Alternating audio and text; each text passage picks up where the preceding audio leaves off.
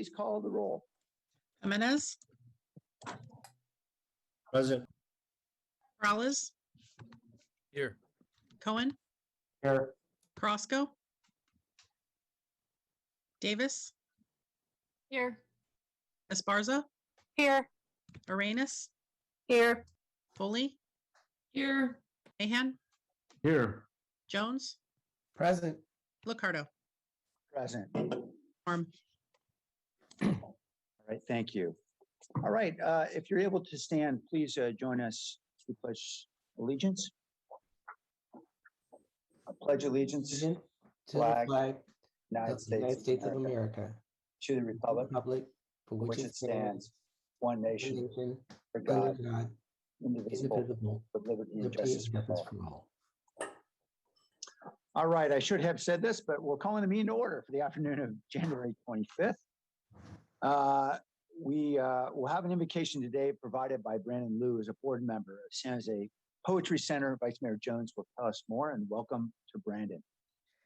Thank you, Mayor. Brandon Liu is a poet born and raised in San Jose.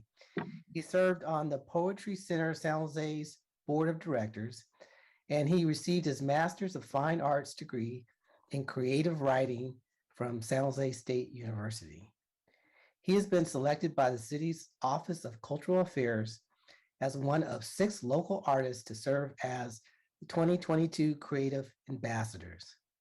The role of the Creative Ambassadors is to champion the power of creative expression and engage residents in finding their own creative voice.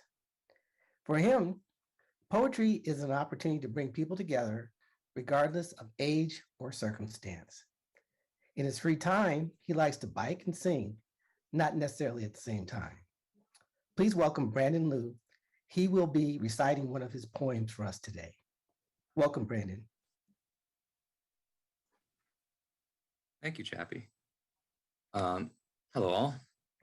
Upon reflecting on the themes of humanity and justice in relation to San Jose, I believe poetry and other art forms play a pivotal role in supporting these ideas in our city.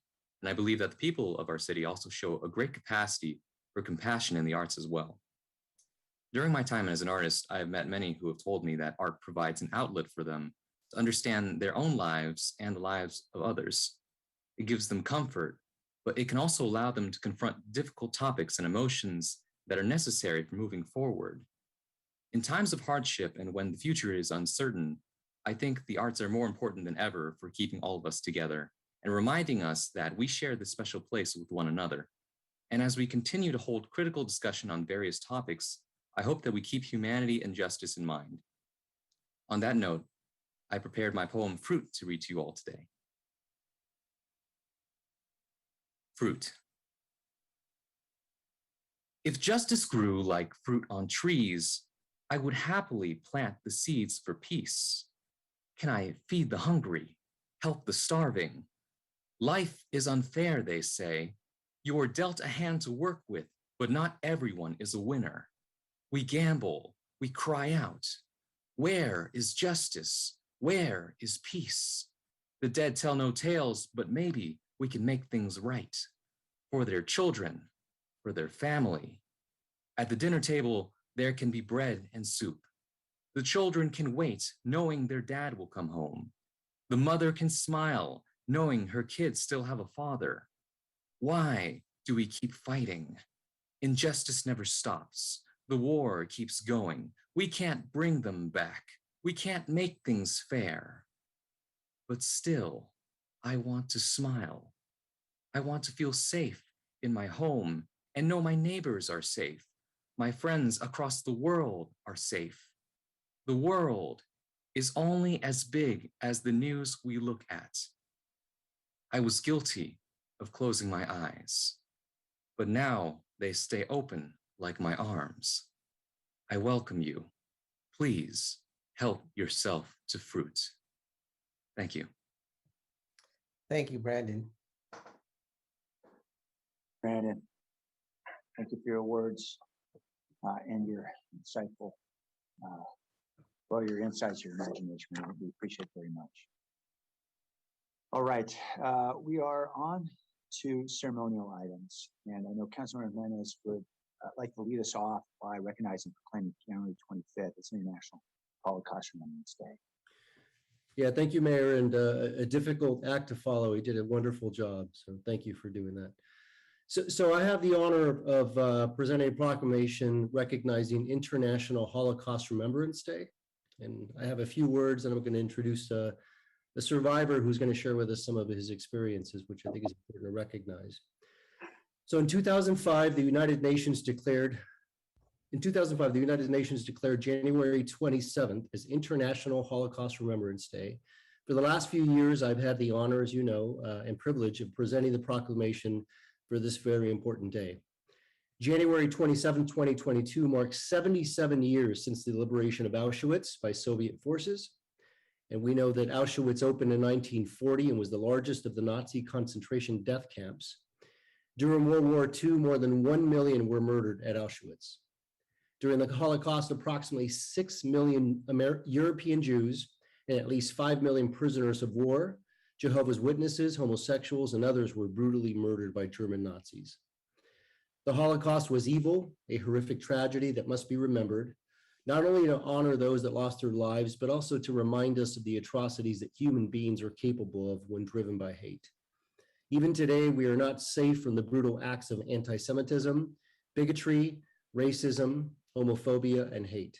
And according to the recent FBI data, Jews in America are at the target of 58% of all religiously motivated hate crimes in the US, despite only constituting a mere 2% of the population.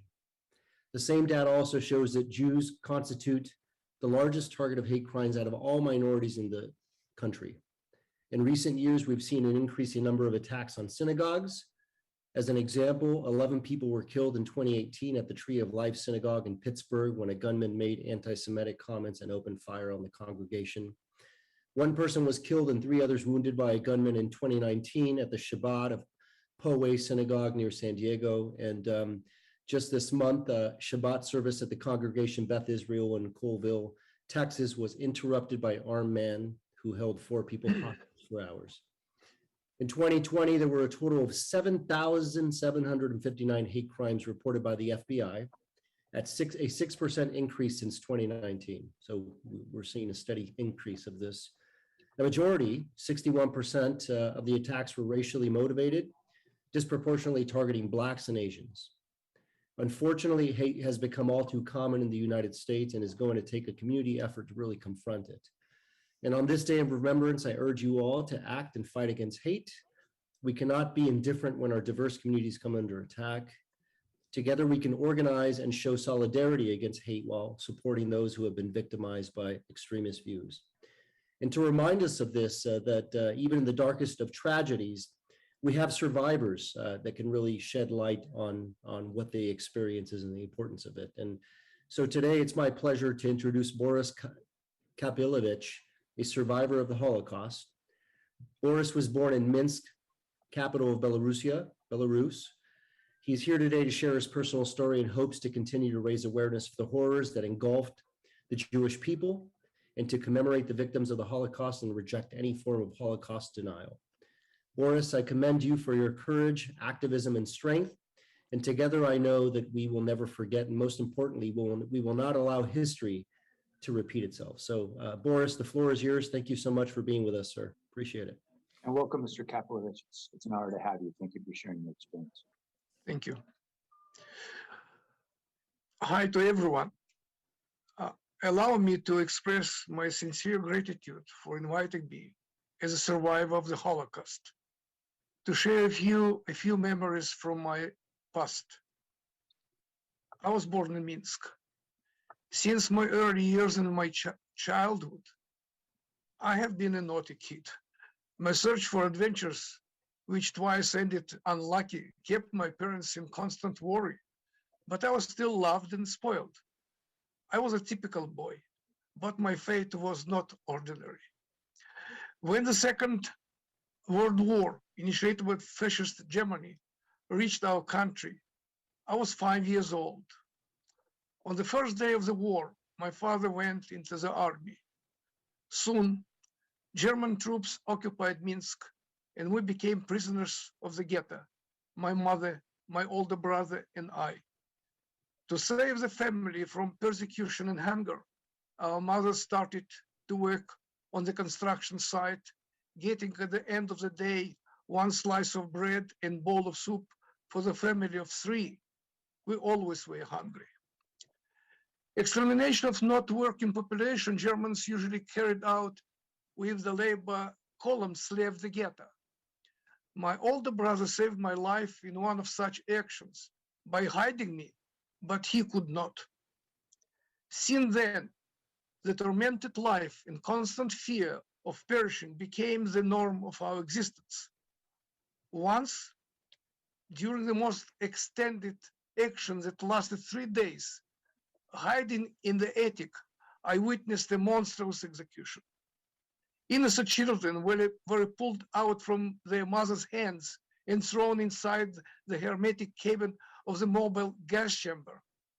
With a heart-rending cry, the mothers were rushing inside after their kids. Women, old men, loaded in the cabin, knew they would be suffocated by gas of the engine. We escaped to partisan just before Germans exterminated the rest of the ghetto population entirely. Miraculously, my mother and I were able to survive the inevitable death. In 1944, we returned to city freed from the German occupation. For a long time, I kept dormant the visual and lifelike pictures of the executions. The time treats grief and pain, and life is going on. However, we will never forget those who perished in the Holocaust. I would like people who listen to me now to realize that I'm talking about the fate of destroyed generation deprived of the right to happiness, love, and life, only because they were born Jews. Despite the possibility and need for coexistence between people of different countries and religions, the entire history of humanity knew only wars. My dear listeners, your life is the most precious phenomenon on our earth. Please do everything possible to make life beautiful. And for those values you create, the following generation will be forever grateful to you. Thank you for having me here. I love you all. Thank you, Mr. Kaplovich, for sharing those stirring words. Councilmember Jimenez, did you want to say anything more? I think that was all, but I do see my colleague, Councilmember Cohen, with his hand raised. Yes, thank you. Share a few words. Thank you, Councilmember Cohen. Yes, thank you. And I do want to just thank you, Councilmember Jimenez, for sponsoring this action. And thank you, Boris, for being here and sharing that story. Over the years, every time I hear a presentation from a survivor like yourself or speak with somebody who experienced firsthand, it's a very powerful experience. And it's important for us never to forget these atrocities. Growing up as a Jewish person in America, we always spoke about never forgetting.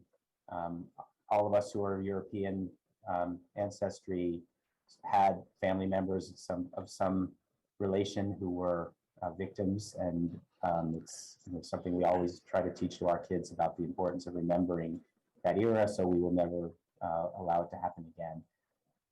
All too often these days, we hear a lot of false equivalencies when we have political debates, where people are comparing things that happen or that people don't agree with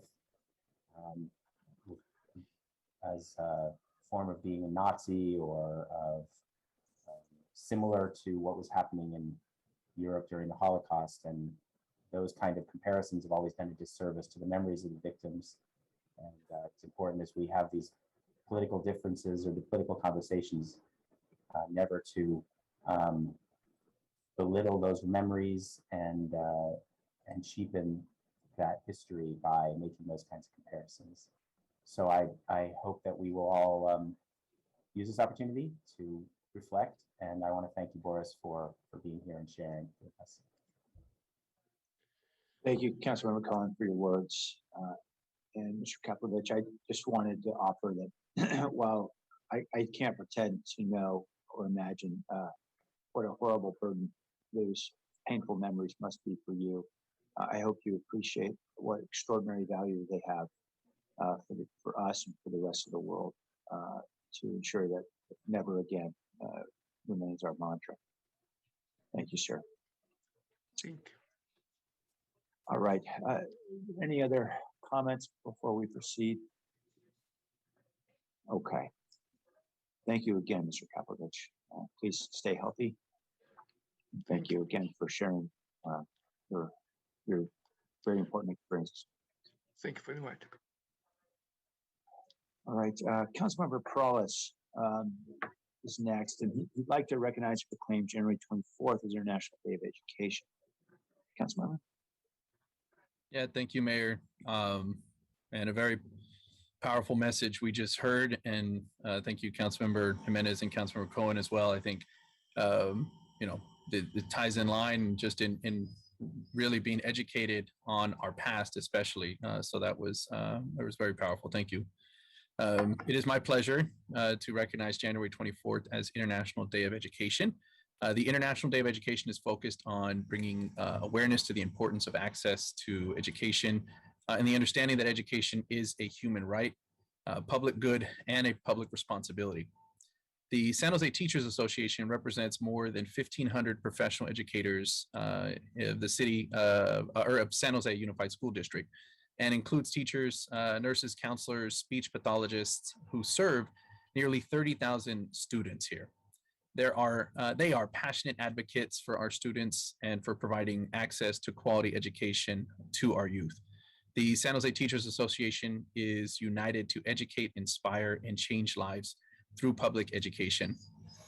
I was personally raised by young parents who dropped out of high school in order to begin raising my sister and I. And I also saw many of my own friends struggle to graduate from high school. And it was that personal experience that motivated me to initially begin my career as a teacher myself. And as a substitute for over a decade, I taught some of our county's most challenging students in schools such as Osborne at Juvenile Hall, because I understood the importance really of providing an education to everyone, a quality education to everyone in our community. And I want to thank all of our educators throughout the city who have continued to provide support and quality education to all of our students who have had to transition to this new way of learning. The transition to virtual learning has been difficult, to say the least, but our educators have continued to be there for our students to ensure that we minimize the impact on their learning. I am proud, along with my council colleagues and the mayor, to proclaim January 24th as the International Day of Education. And I do believe we have Patrick Bernhardt, the president of the San Jose Teachers Association, that is in our audience that would like to say a few words. Thank you, Mr. Bernhardt. Perhaps we can bring him over. Yeah. Great. Should.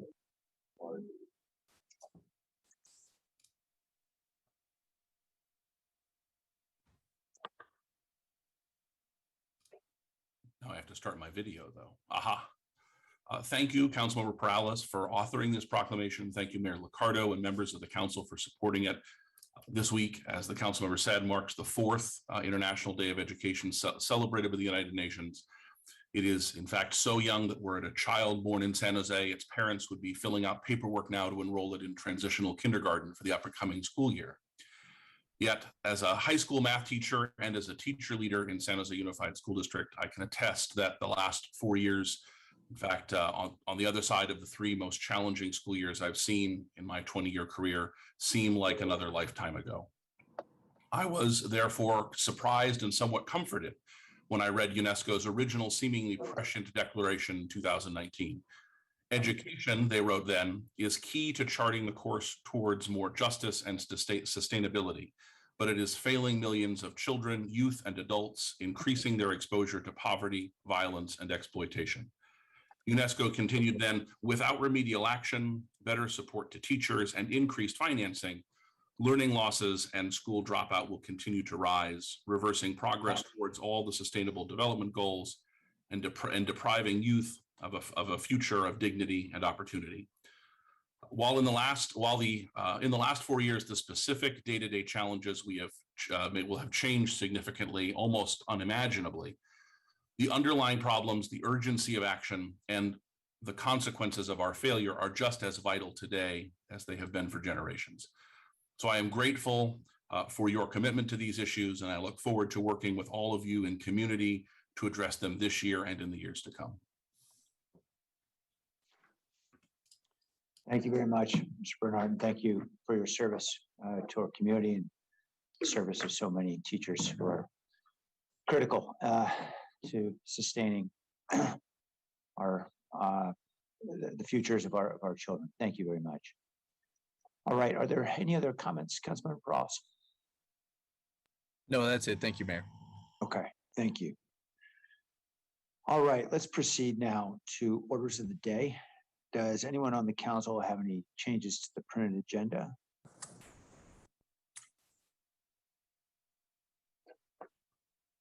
Okay, I don't see any changes. In that case, I don't think we need any votes. So we'll proceed. I will note for the record, I understand that gun hard item will be heard at 6 p.m. Depending on the amount of public comment we're going to have, we may need to have an ending time for public comment so we can actually discuss, debate, and make a decision on that item before midnight deadline. So there may well be we'll see how many folks we've got. Hopefully we can hear everybody who would like to speak on the gun harm item. Okay, let's move forward. The closed session report, Nora? Thank you, Mayor. We do not have anything to report out of closed session today.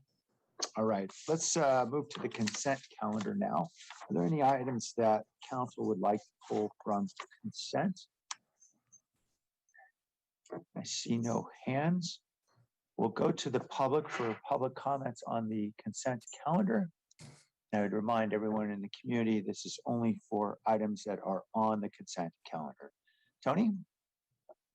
Paul Soto? Yes, Paul, from the Horseshoe. Point of order, Mayor. I would like to speak on the orders of the day. You have one deferred item. The San Jose Guadalupe fence. I would like to. I believe that's in the original orders. You can certainly speak to it. No, not on this, not on this, Mayor. Mayor, I am asking to speak on orders of the day. You ignored it. I want to speak on the fence. And then I want my time for this. There was no council action, so there's no public comment on orders. No, what I'm saying, it's a deferred item. Look at the orders of the day, Mayor. You're welcome to be heard at this time, Paul.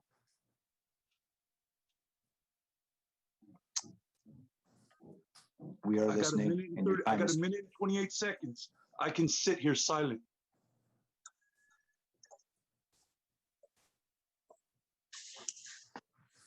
Okay, I'm going to move on to Blair Beekman. Hi, thank you. Blair Beekman here. I like Paul's ideas that he wanted to use silence for his time. Thank you. Paul also mentioned he had questions about orders of the day.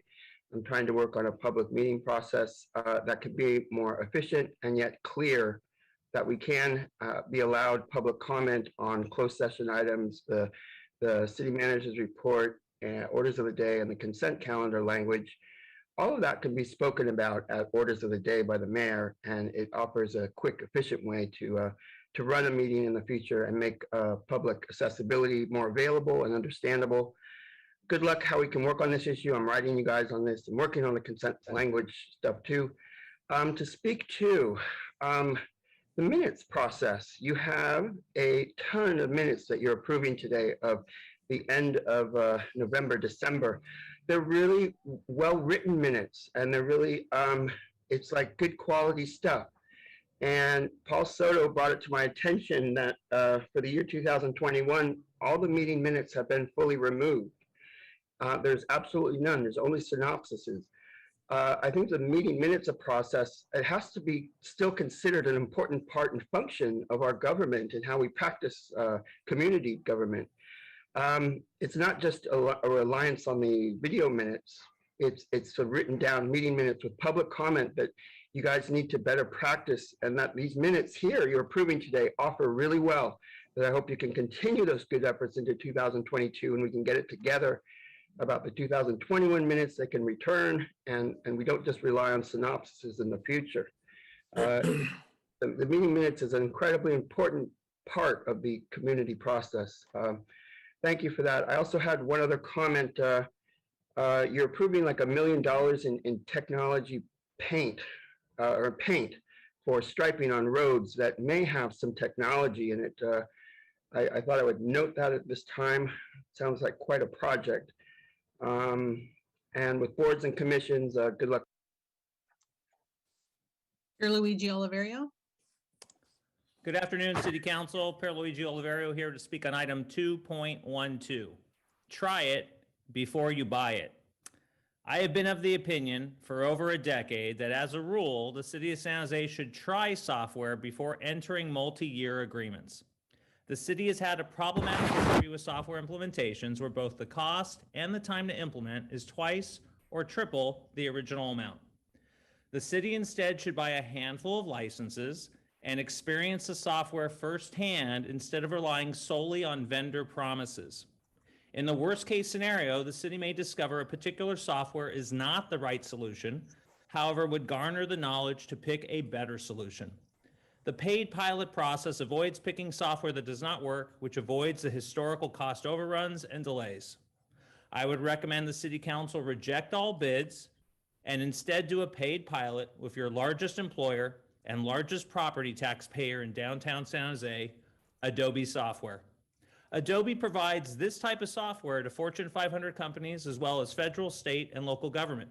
In fact, we have a state government using Adobe solution specifically for capital project management. City leaders talk about forming partnerships with local tech companies. Here's your opportunity to partner with a long-standing technology leader that puts San Jose residents first, demonstrated by their actions. In the past 18 months alone, Adobe has made $5 million of contributions to our local community, including city programs such as San Jose Digital Inclusion and San Jose Aspires, nonprofits such as Destination Home and Second Harvest Food Bank, and $600,000 in scholarships for San Jose students. Please reject all bids for this item and instead consider Adobe. Thank you very much and appreciate the proclamations today from Council Members Jimenez and Perales. Thank you.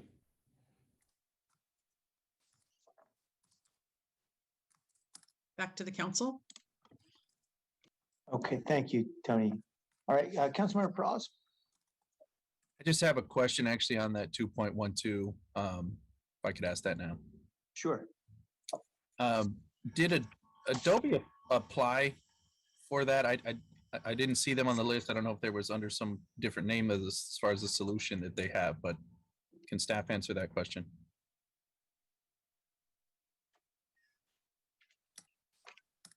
Rob is on. Here he is. Hi, Councilmember. Not to my knowledge, but we will follow up with you. Let me double check if anything was in that process, and we'll connect with purchasing it back to you right away. Okay. Yeah, I mean, just looking at the list, Social Glass Inc., Procore Technologies Inc., PM Web. So, I don't see Adobe. I don't know if there's another name for a technology that, subgroup or something, but I don't see it there. And would like to see if you could follow up in regards to that. Obviously, that would conclude as to why maybe they're not there within the contract agreement or weren't considered. So, but thank you. Absolutely. Yeah, I read it the same way. We'll follow up with you, sir. Thanks.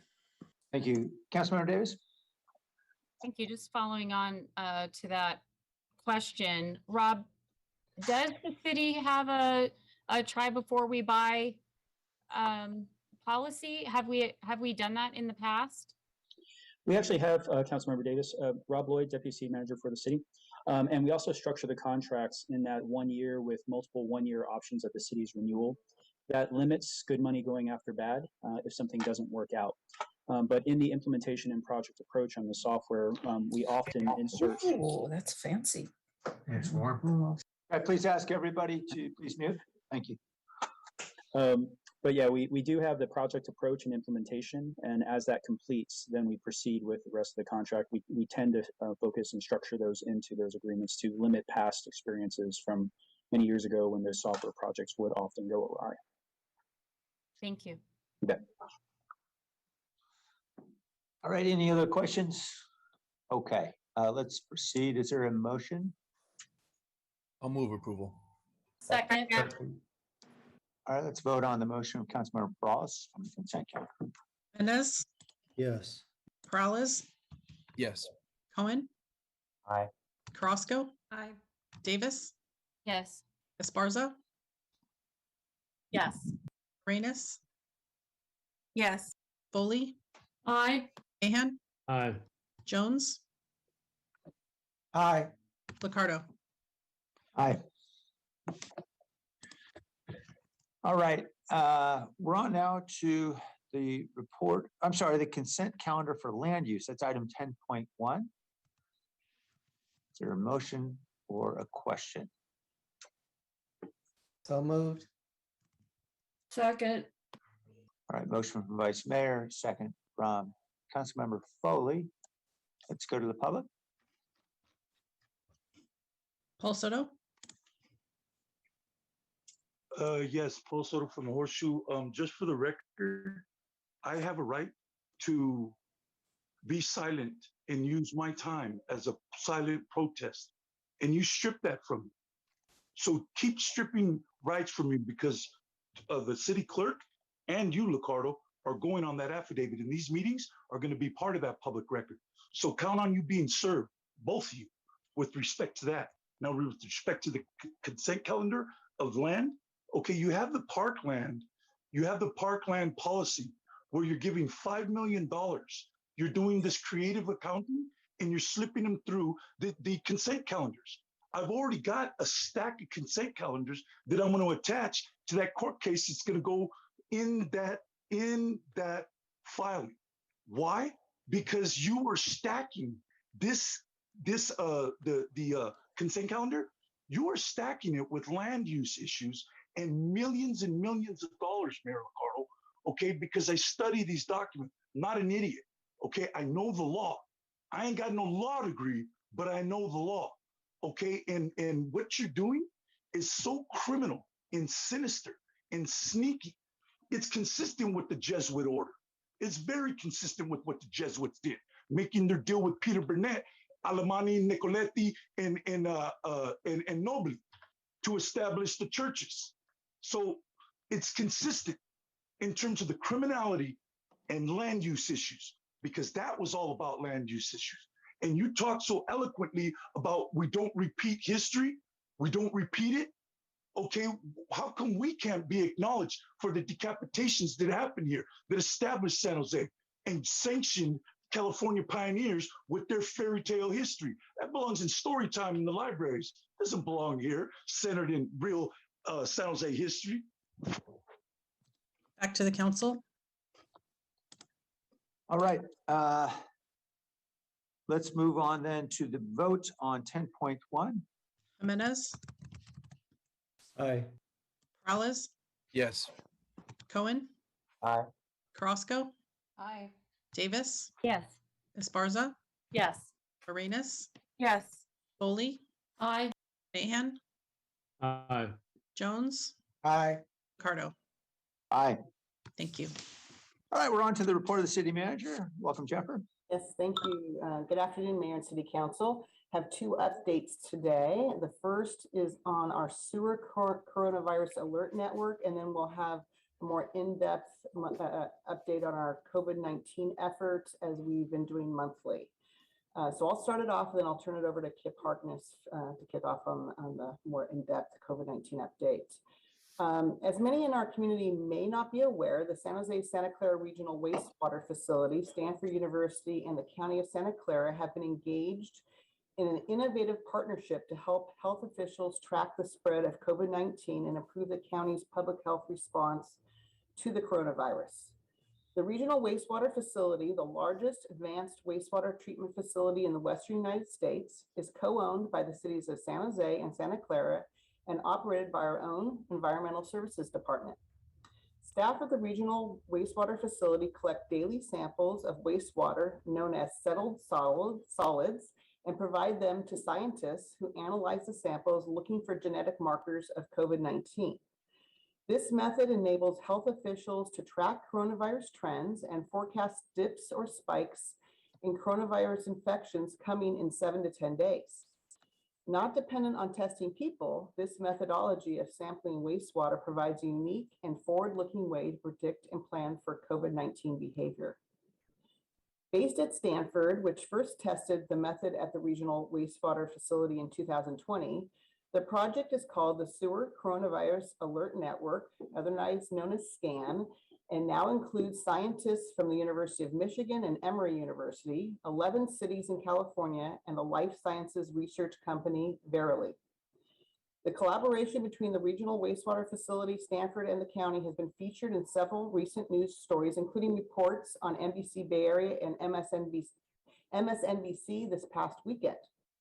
I would like to thank city staff for their contributions to this groundbreaking project that protects public health in the South Bay, including the staff at our San Jose Environmental Services Laboratory, Pael Sakar, Casey Fitzgerald, Noel Inoki, and the entire lab team, and the regional wastewater facility employees, including Amit Mutsetti and the operations and maintenance team. I also want to thank our partners at Stanford University and Santa Clara County for their collaboration on this important project. Lastly, I'd like to acknowledge Michael Ballier, Director of the Santa Clara County Department of Environmental Health, for his leadership on this project. And with that, I'm going to turn it over to Kip to start us off on a COVID-19 update. Thank you, Jennifer. Good afternoon, Mayor, Council, members of the public. I'm Kip Harkness, Director of the Emergency Operations Center. The EOC team last updated you in person on the 30th of November, 2021, and by memo on the 18th of January, 2022. It was exactly 2 years ago yesterday that we initiated our pandemic response and began to prepare for what was then called the novel coronavirus, first identified in Wuhan, China. Next slide. Today, we come to you with 2 years of experience in responding to this pandemic. In this update, the team will provide City Council and public highlights of 9 key areas of our emergency response to COVID-19 as we are dealing with the most recent surge caused by the Omicron variant. The variant is proving to be the most transmissible yet, though for those who are vaccinated and boosted, not as deadly as previous waves. We'll begin the update with a look at the science and data of the latest surge presented by Dolan Beckel, the Assistant Director of the Emergency Operations Center. Dolan? Thanks, Kip. Good afternoon, Honorable Mayor, Council members, members of the public, and city staff.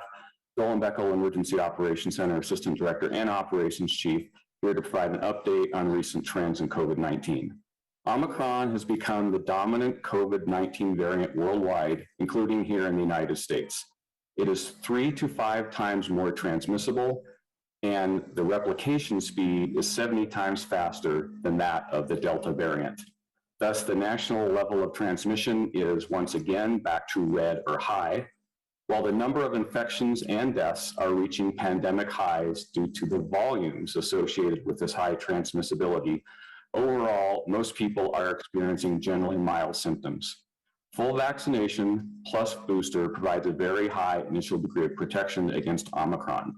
Research indicates the duration of the Omicron surge will be approximately 6 to 8 weeks, 3 to 4 weeks up and 3 to 4 weeks back down.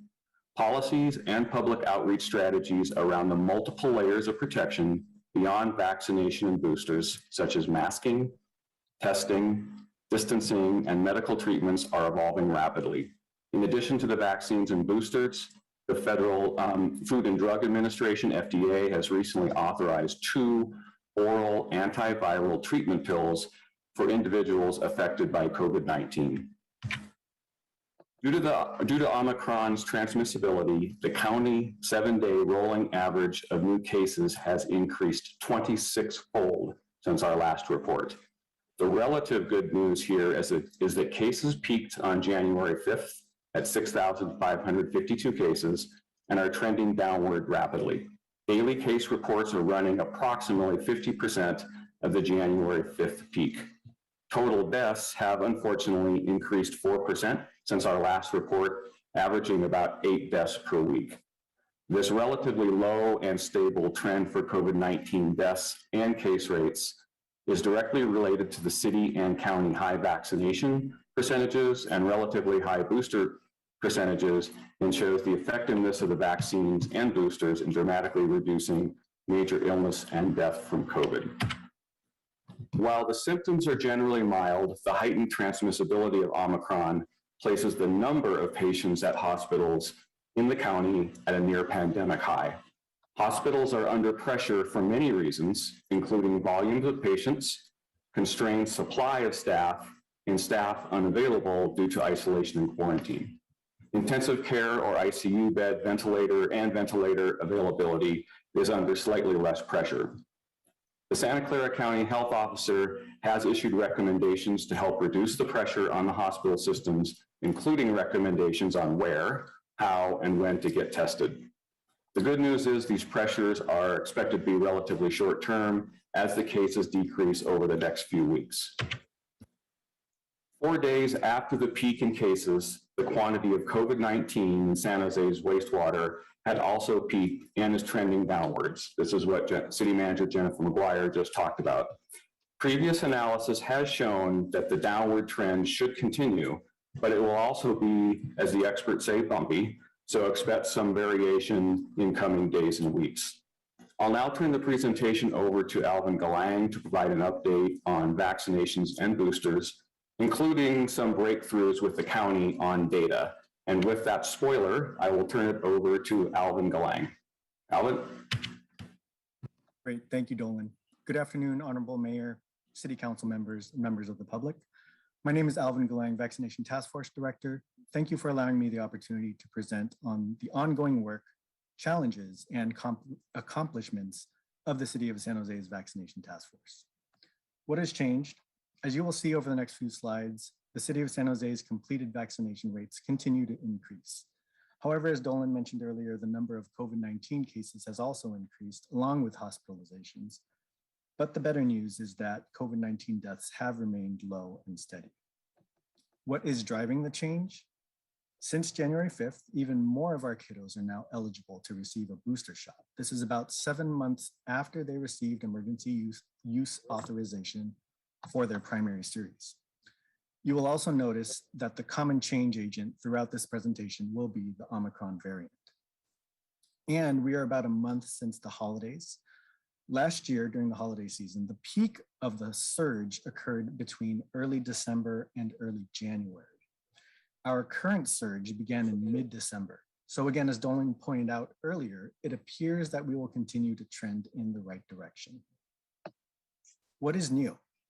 The highly transmissible Omicron variant, primarily responsible for the spike in cases, where in Santa Clara County, the case rate among the unvaccinated is over 5 times higher than those that are fully vaccinated. The City of San Jose's Vaccination Task Force is supporting the county by continuing to provide use of its facilities when needed, particularly filling any gaps that might occur with pediatric vaccination sites. We've also maintained our relationships with the county public health communications team and will continue to focus our communications and outreach to our under-resourced communities. And the Vaccination Task Force is also taking care of the City of San Jose's workforce, as we've scheduled 3 employee booster clinics that will occur over the next several weeks. Next slide, please. These are the numbers that we have been tracking over the past several months. As you'll notice, among City of San Jose residents ages 12 and over, we have a nearly 93% completed vaccination rate. In Santa Clara County, among the total population, 79% of residents are fully vaccinated. So overall, vaccination rates continue to rise regardless of the metric. However, through our continued partnership with the county, we have been able to secure more specific numbers for the City of San Jose, which I will cover later in this presentation. Next slide, please. The numbers that you see here represent vaccination rates among all ages. On the left are the countywide vaccination rates by race and ethnicity for all ages. During our update last November, we presented the data that was available at the time, which accounted for those age 5 and over. On the right are numbers that are specific to the city of San Jose. Similarly, our November presentation reflected the city's completed vaccination rate among 12 and over. We are now presenting the data as completed vaccinations among all ages. Since November, the Vaccination Task Force has supported the county and other partner providers to deliver over 5,500 vaccinations, with a large portion of the city-county partnership has come from the successful vaccination clinic at Emma Prush Farm and Park. And we continue to utilize our digital tools and resources and have generated an additional 567,000 impressions since our previous update. Next slide, please. These are the 13 current census tracts within the city of San Jose that have lower vaccination rates of less than 75%. The task force will continue to focus outreach and communication within these tracts, and whenever possible and as requested, assist with the coordination of mobile vaccination clinics to serve these neighborhoods. Next slide, please. Now, this slide illustrates the city's vaccination task force continued relationship with the Santa Clara County Public Health Department. With the support of the county's science branch team, we are pleased to present the latest vaccination rates, disaggregated by age and ethnicity, and equally important, specific to the city of San Jose. This was a direct request from Councilmember Carrasco, as well as others on the council, and although it is a snapshot in time, the numbers and colors speak for themselves. The efforts of the vaccination task force and its partners have paid off.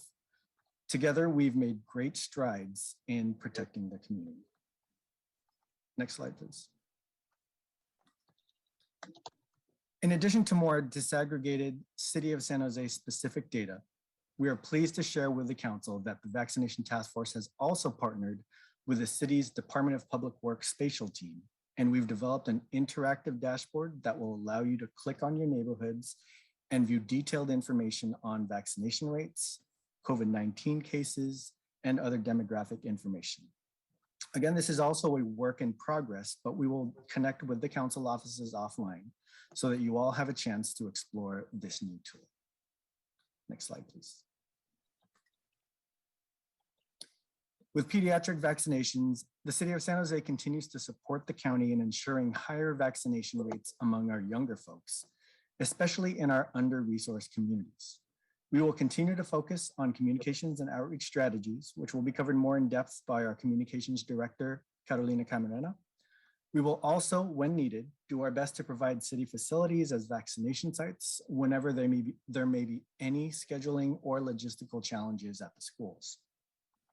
As you will recall, since November 3rd, vaccination eligibility was expanded to include youth ages 5 to 11.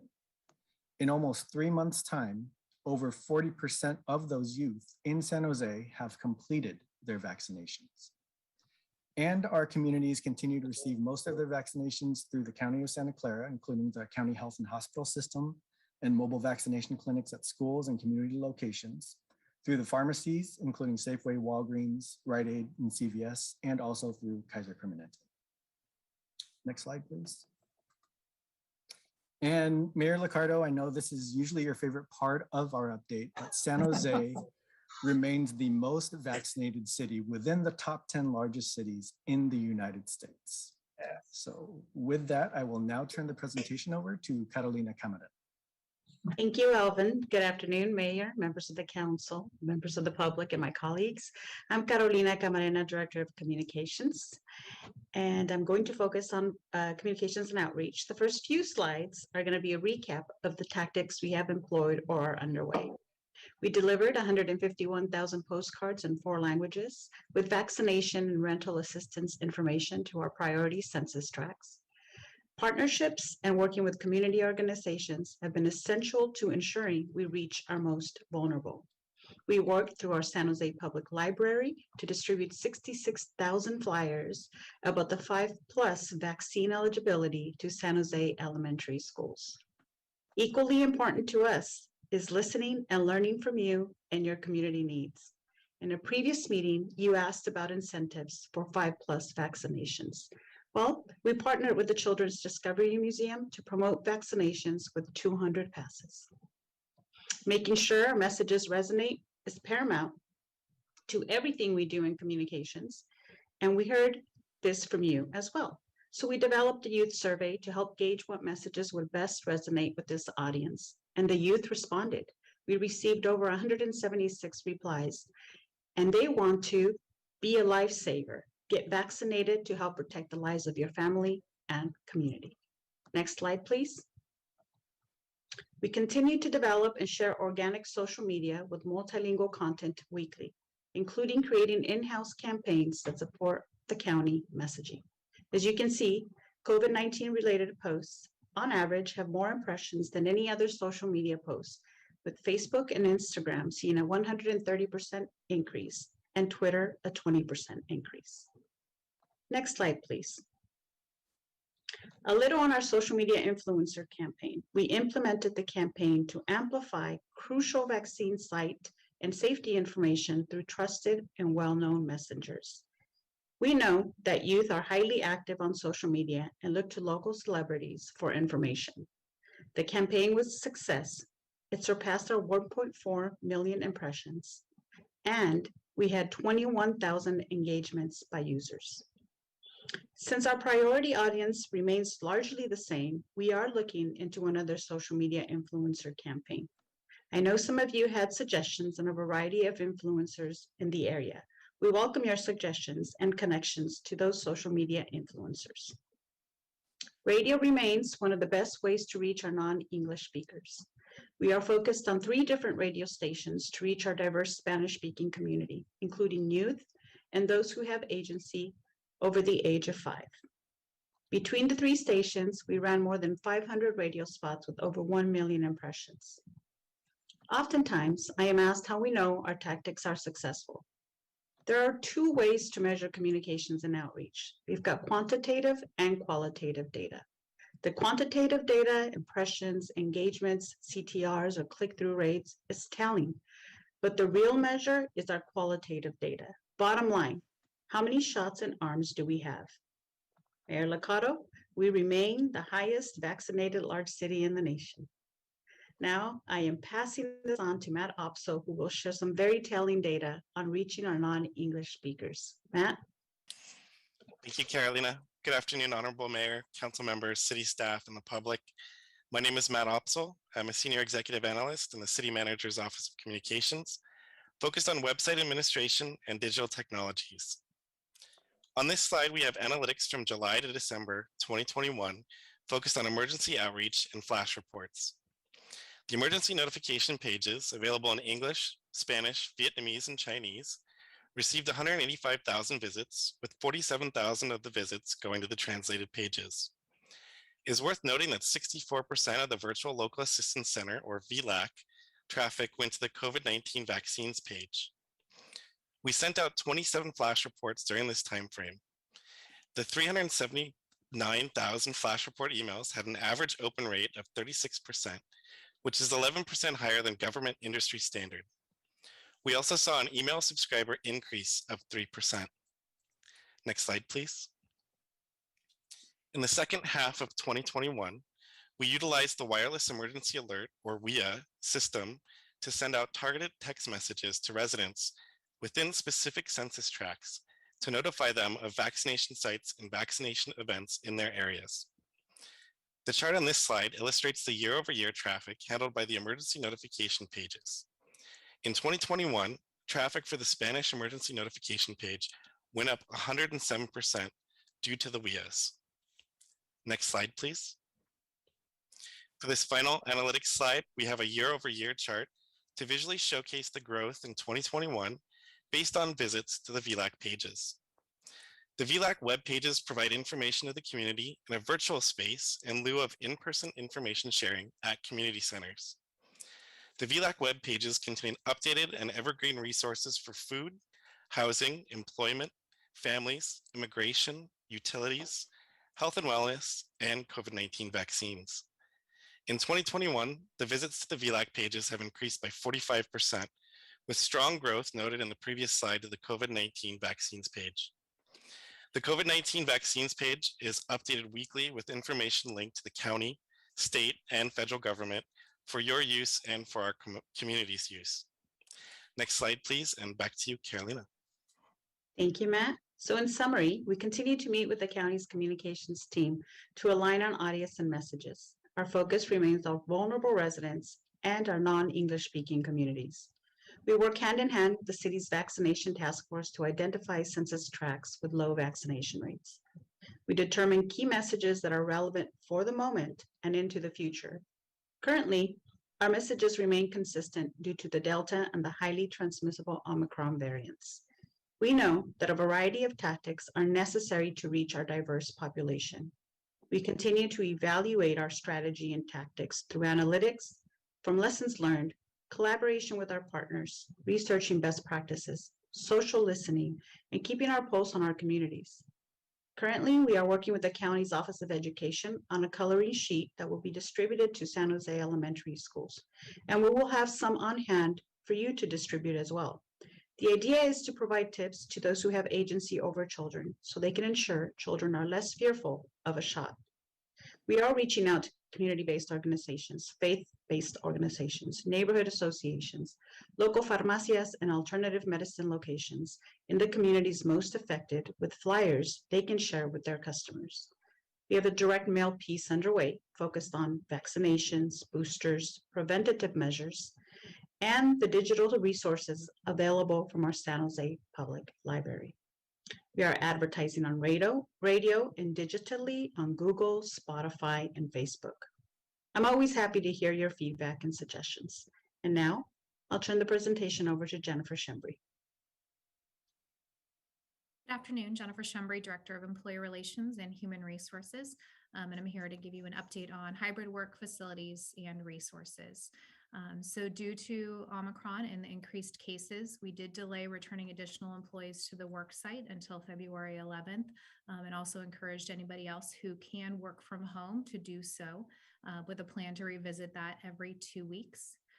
The City Council did approve an employee booster mandate, which has been announced to all city employees with the deadline date of February 11th. And we do have various employee booster clinics scheduled between now and then. We are working on refreshing our employee masking guidelines, which will hopefully go out sometime this week. And there was an approved city-owned facility event ordinance modified to require booster or testing effective February 4th. We have also secured a pipeline of rapid antigen tests for employees and did receive a shipment of those this week. We are focused on providing those for our employees with medical and religious exemptions, and where we have employees quarantined or positive who could return to work sooner with a negative test. We have, as I mentioned, scheduled the 3 supplemental booster clinics for employees and approved 100% virtual council meetings through January 25th, subject to further changes by the Rules and Government Rules Committee. We have moved the EOC activation up from level 4 to level 3 monitoring as the Omicron variant continues to impact our area.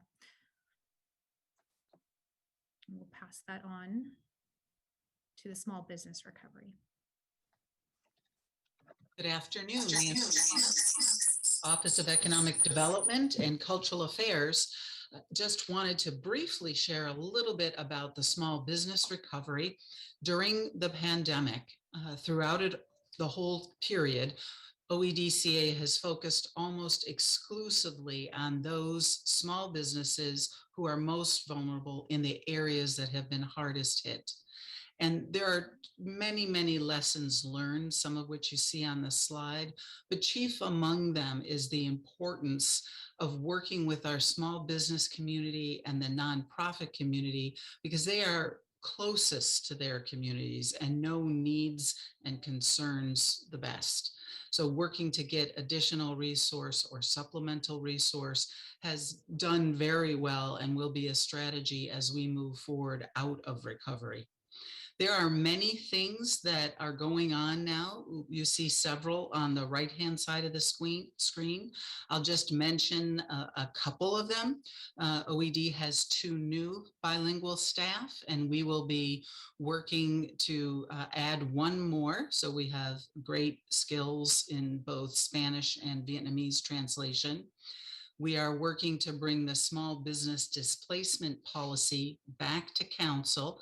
That will happen, is targeted to occur in September.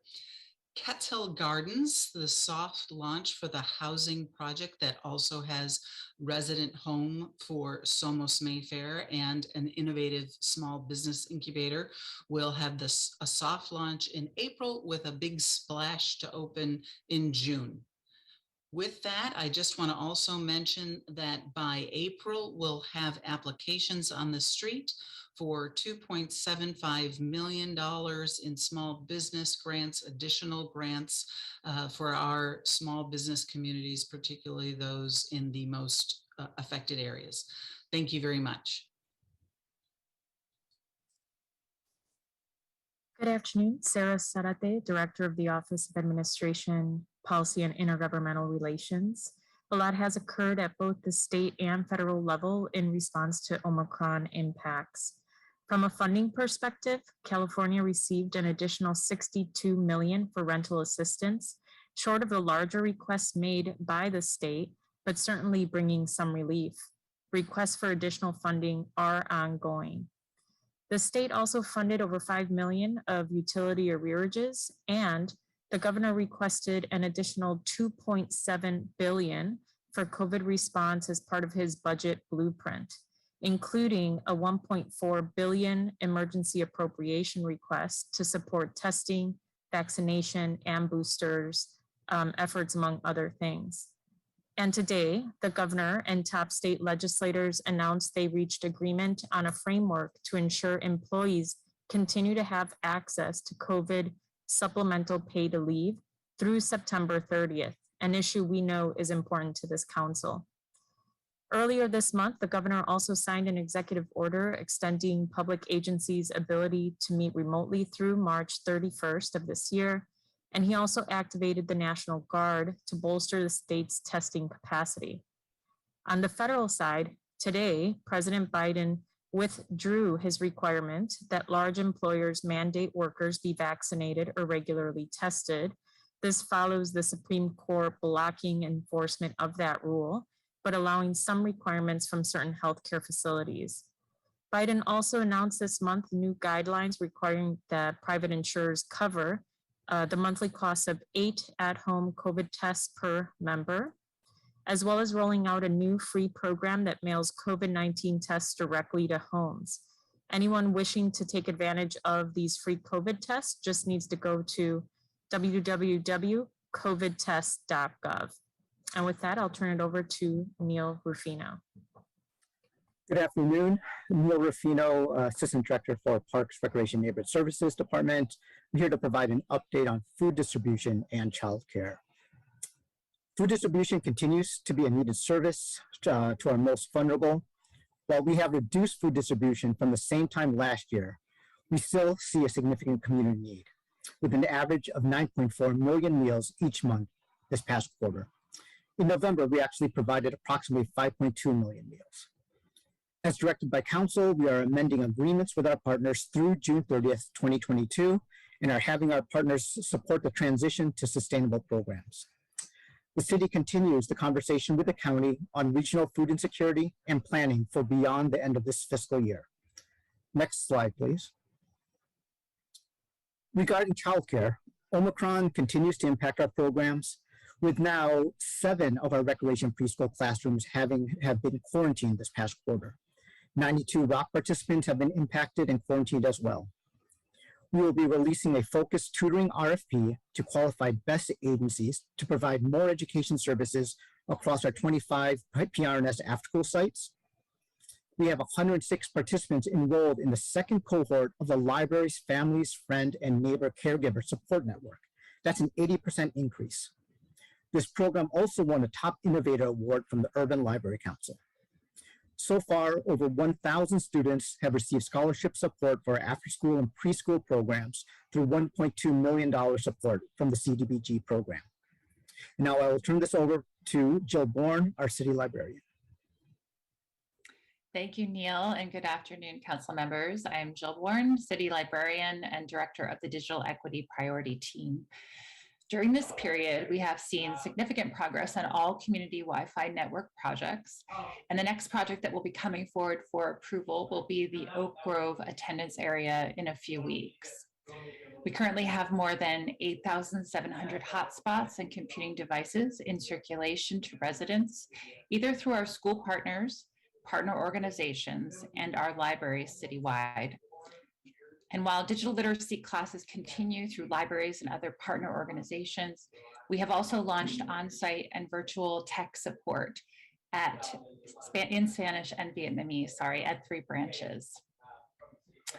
Now, one of our biggest drivers in how we are approaching these efforts in the current year is the evolution of distance learning regulations that our school partners and families are adapting to, which are leading us to shift more of our hotspot distribution to be managed through the libraries, which both allows schools to work with us to refer families as their individual household in-person learning status may change, allows families to pursue a hotspot at any time. It has less impact on school staff and allows for more effective device management of this collection.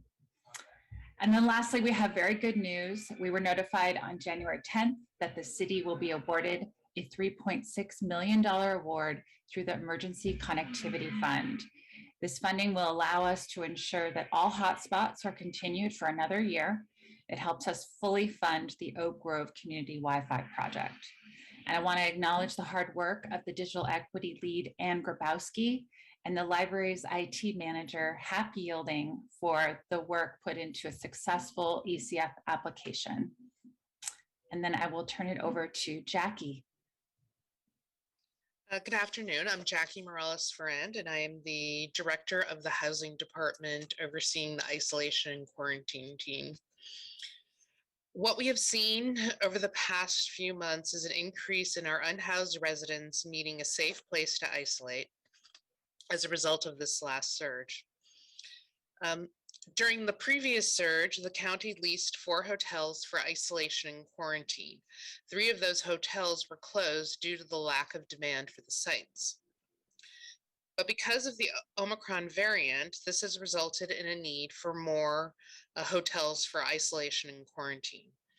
The county is currently focusing its efforts on infection prevention measures in congregate shelter settings, and they also work to rapidly place infected and exposed individuals in separate hotel housing. This has helped to reduce the impact on our unhoused population. The county also has a better understanding of how quickly COVID transmits through their case investigation and contact tracing efforts. Housed people prefer to stay at home and be linked to resources such as financial assistance, food and supplies, and rental assistance. The county provides these resources to San Jose residents and also connects them to the rent relief program in partnership with the city to provide longer-term assistance. In terms of what's new, the county has increased their capacity from 1 hotel to 3 and now has a total capacity of 201 rooms. While many hotel owners were enthusiastic in partnering with the county for their vulnerable motel program, which was their room key, they're not as interested in leasing their hotels for isolation and quarantine purposes. As a result, these hotels are located in the county, none are in the city of San Jose. The county provides transportation via a cab company for those who do not have access to transportation or who do not prefer to drive. As a result, there are very few instances where a San Jose resident will refuse hotel support. In these cases, the county offers other resources so they can isolate safely. And with that, I am done and turning it back over to the team. Thank you, Jackie, for that report, and thank you for the entire Emergency Operations Center team, the city staff, nonprofit and community partners who actually made all of that work happen. This concludes our update on the city's COVID-19 response, and I'm handing it back to our city manager, Jennifer McGuire, for any concluding comments. And I just want to thank the team, and it's back to the mayor. Thank you.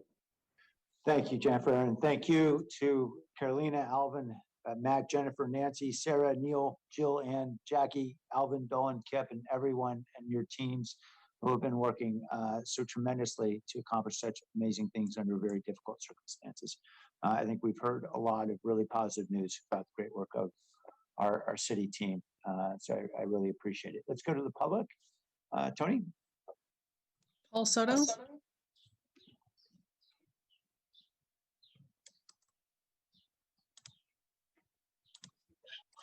Yes, Paul Soto from Horseshoe. It sure sounds like lockdown without lockdown, because I was here the last time we went through this entire process, and it was not. It sounds the exact same. It sounds the exact same, and that's what concerns me, because we're on lockdown, but without the lockdown.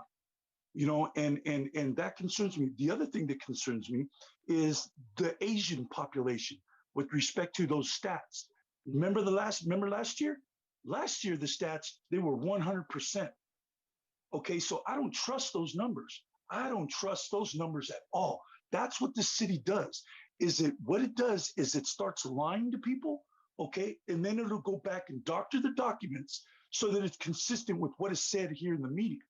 And that's a prime example of it. There was just and nobody even really took that seriously, because what you're doing is you are creating a system where the people cannot trust the integrity of the documents that are produced by the city, nor the data. I don't trust you. Half of the people on this panel are white. Why would I trust white people? That doesn't make sense to me. They are the ones that came over here July 14th of 1846. So why would I have any trust in white people that are giving me data? That's number two. Number three, I really want to know if this council is perfectly comfortable not going on lockdown with this kind of information, because you need to say that clearly. Nope, no lockdown here. We're just fine. Put that on the record so that the future will know that, you know what, because this is going to get more serious. Guaranteed.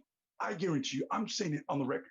Okay, so that 6 months down the line, I can reference this so that the future will know exactly what happened here, and they know that you were complicit in the crimes that decimated those neighborhoods. Barbara Marshman?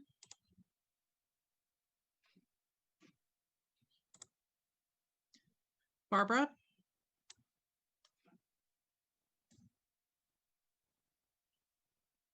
I'm sorry, I raised my hand by accident there. Okay. Gabby Mendoza? Yes, hi, how are you? Yes, my name is Misraina Mendoza, and I'm a community health worker. And I just want to say that I've been working the streets since about, I would say, 14 months ago with a community team that we do outreach. I just want to ask the city to keep doing what they're doing. And the neighborhoods they still need a lot of help, okay? My program is about to finish next Monday, but I hope you guys bring more money in and we can keep the outreach going. I remember canvassing on the Cinderella Street, Pokeway, District 5. Almost 42 apartments were full of COVID-19, okay? The kids were not playing because they were all sick inside the houses, and the parents needed to go to work. This thing, the 2-week pass for the state of California, because there's gonna be a lot of help. A lot of my coworkers have been getting sick, especially this past month, okay, and they didn't have the backup to fall into it. So I'm glad that passed, and I hope you guys keep doing what you guys doing and bring more programs back. Thank you very much. Blair Bigman? Hi, Blair Beekman here. Thanks a lot for this item. I think some of these things I can also talk about on your definitions of equity, upcoming item. hopefully what the things I can say are things that are familiar with yourselves and can just kind of be reminders to ourselves what we're kind of thinking about and working towards. I think there's been some really incredible work all around the Bay Area and this country in the past few weeks to really try to bring down the levels of the Omicron. And I think interestingly, a lot of this effort has been by like teachers unions in Chicago, Oakland, and San Francisco that didn't have a focus so much on the vaccine process, but was a more of a person to person connection about good health practices, mask use, the demands of mask use, washing of hands, social distancing ideas. It was those sort of efforts that I felt were really interesting, and that you stated here today. We brought down the levels of Omicron, which is nice. It sounds like from what's said here today, we're going to have to though continue be worrying about it, through February, through the winter time. The VTA is offering a vaccine mandate now that I'm not. I understand that reasoning, but I'm wondering if it's just good health, services ideas that we need to be considering better at this time. And definitely, if you are, I hope they can be considering forgiveness practices and negotiated practices with people who really have concerns. And we have to talk much more about what is the technology within the vaccine itself, and how can we feel honestly safe and comfortable with that. Thank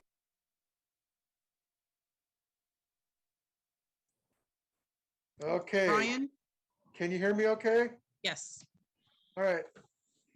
I'm just going to say this once, and I want to make sure everybody on the council listens. I'm very proud of you. This has not been easy. I know normally when I come on here, I grumble and groan, but you've had to lead us through a challenge, and Mr. Mayor and Mr. Vice Mayor and everybody else and the city staff.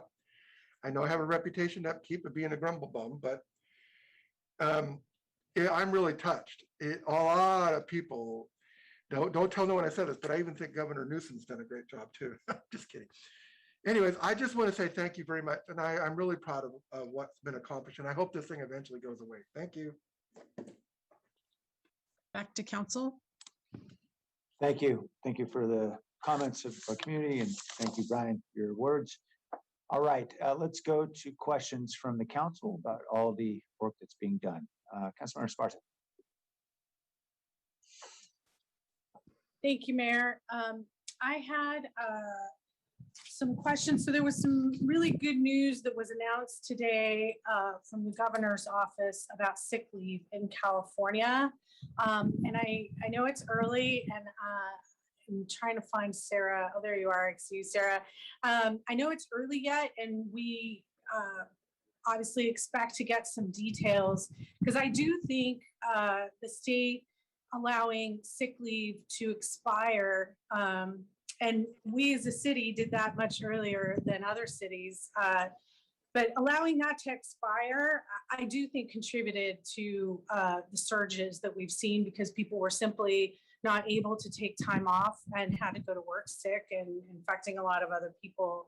And so I guess my question really is, because there's still much that we don't know about this, how are we going to work with our economic development team to get the word out to businesses? And then how are we going to work with our community teams to let people know that they do have sick leave and can use that to care for themselves or a loved one? Thank you for the question, Council Member. The news did just come out today, so we don't have a lot of the details. This has been flagged for our team up in Sacramento as something that is really important for us to watch. So I think absolutely we need to coordinate internally between Nancy's team, Carolina's team, and my team to make sure that we have the right messaging going out. And we'll make sure to work on that. Thank you. And I wanted to kind of give a little apology and a shout out on the zip code or the census tract map. I saw Nagley Park and I thought, there's no way that could be true. Like, I don't believe that that's Nagley Park. So I went on to the census tract, the website, and looked up the census tract. And yes, it is indeed Nagley Park. So how many folks do we know that live in Nagley Park that need to tell their neighbors to go out and get vaccinated? Anyway, it was just an interesting thing because we have looked at 95112 for so long and really focused our efforts on communities in need in Spartan Keys and in Rock Springs, which has paid off, obviously, but didn't think that those our more well-off neighbors in Nagley Park were not getting vaccinated. So I just wanted to kind of acknowledge that because in case anybody was listening and had my reaction as well, which is no way, but then I went on there and sure enough, it is Nagley Park, get vaccinated. And that illustrates just how useful it is to have that data and be able to go into census tract and, you know, on our third year of COVID to be able to kind of be that hyper specific is a great tool for us.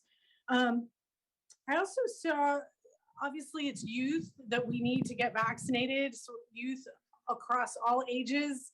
I know we've been doing stuff with Latino youth and with our comms team and trying to do some cool stuff.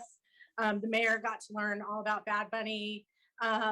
But are we working with the Black fraternities and Black sororities who have been really active helping folks during COVID? Are we working with those organizations at all? Yes, so I can tell you, council member, as far as that we were working closely with our Black and African community nonprofit organizations, including some sororities and fraternities at San Jose State University. We'll continue that good work. Okay, awesome. Thank you. And my last question, because this was such a comprehensive presentation, thank you. But my last question is really about, to me, is an impending cliff. We have scheduled to stop food assistance in June, right? We're committed to doing that in June. We have told the county, is that correct, that okay, you know, we're just gonna phase this out financially, and the county's gonna be doing a lot more. And I'm very concerned because we gave out what 9.5 million meals, and there are still so many people that are relying on such a basic need. We still have a lot of needs out there when it comes to rental assistance. There are stories that have been coming out that the state has run out of funds. There are more requests than there are state funds for rental assistance. And so, you know, people are kind of betting on that rental assistance being there, and they're still not able to feed themselves and their families. And to me, this is such a basic issue. And I think a lot of people in Silicon Valley aren't aware that this continues to be such a basic life-saving service that we are offering still at very high numbers in San Jose. So what are we thinking? How are we planning on this? Hi, Council Member John Pasquale, Director of Parks, Recreation, Neighborhood Services. Thank you for the question. It is very much on our mind, what you're asking about.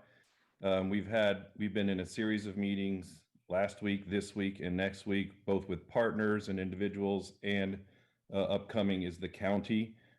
We do have a bit of a strategy. Our general logic is that ultimately we believe the county should be the lead on this. That's where we're trying to get to in our conversations. We're not there yet. We have until June 30th, the funding is there. So we expect to have a plan worked out. I can tell you that the folks that are doing the food distribution are saying to us that the need will definitely be there after June 30th.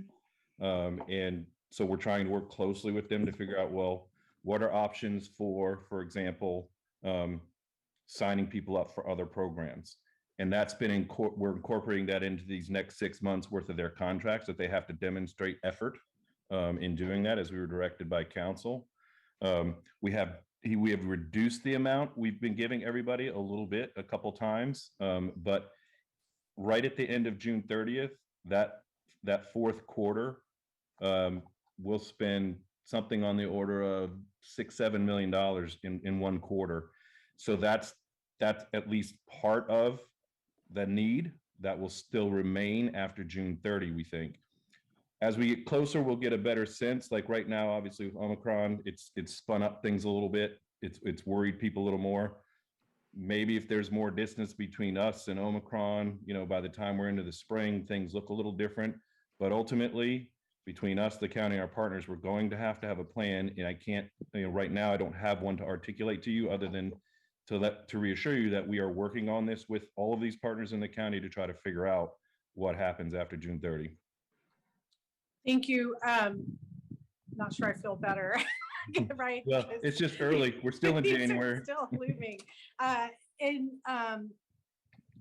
So one of my concerns is something that you know well, which is our partners are stretched and have been desperate for volunteers. Your report today mentioned January, but really this has consistently been an issue. We were begging for volunteers during November and December and before that. And so I'm not sure that there's enormous capacity to fund if we weren't involved ourselves. I'm not sure that we could just hand that off to somebody else, and the county needs to be able to commit to their direct involvement, because that's what's needed. The pipeline is stretched.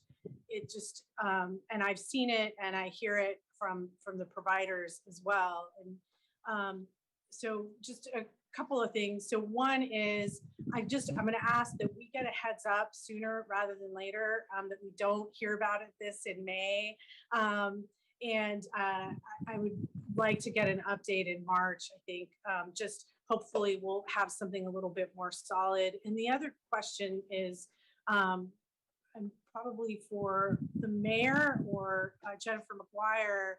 Mayor, have we scheduled our joint meeting with the county for 2022 yet? Or I know you've kind of been thinking about it. Yeah, I'm going to punt to Lee because we've approached the county several times over several topics. And we have a challenge in that we have a county that is, very burdened with a pandemic response. So Lee, do you want to talk about that? Sure, absolutely, Mayor. Lee Wilcox, Assistant City Manager. We actually, oddly enough, have 5 or 6 different requests right now on different topics to meet with the county. So formally, what we've heard back from the county is to let them get through the Omicron surge and this spring, but ideally they'd like to loop back sometime at the end of summer or early fall with the first joint meeting once they're through this phase, given kind of realistically where they're at. So that's been the formal response back from the county. Although I would echo, meeting. So this is for the annual, this is for the joint meeting between the city and the county. The county is saying late summer, early fall. Correct. Okay. So, so then that's really up to the city manager's office and the mayor, because I know you have many phone calls with the county on a regular basis about a variety of topics. Has this sort of risen to that level? Because again, the county's stretched too, right? Like they bear the responsibility for the medical and the public health response. So I'm raising a flag because my fear is, we're all so busy and stretched that we let this die, and then we have thousands and thousands of our residents starve. Yeah, and I'm happy to jump in there, council member. And we talked a little bit about it at the budget study session the other week, specifically about food. So that discussion has been raised. I know that I've talked about it with Miguel Marquez and Jeff Smith a few times, and I know Jennifer has as well. Our goal, or what the county's goal was, I think they just released their initial findings on a project of developing a collective impact model about food insecurity throughout the county.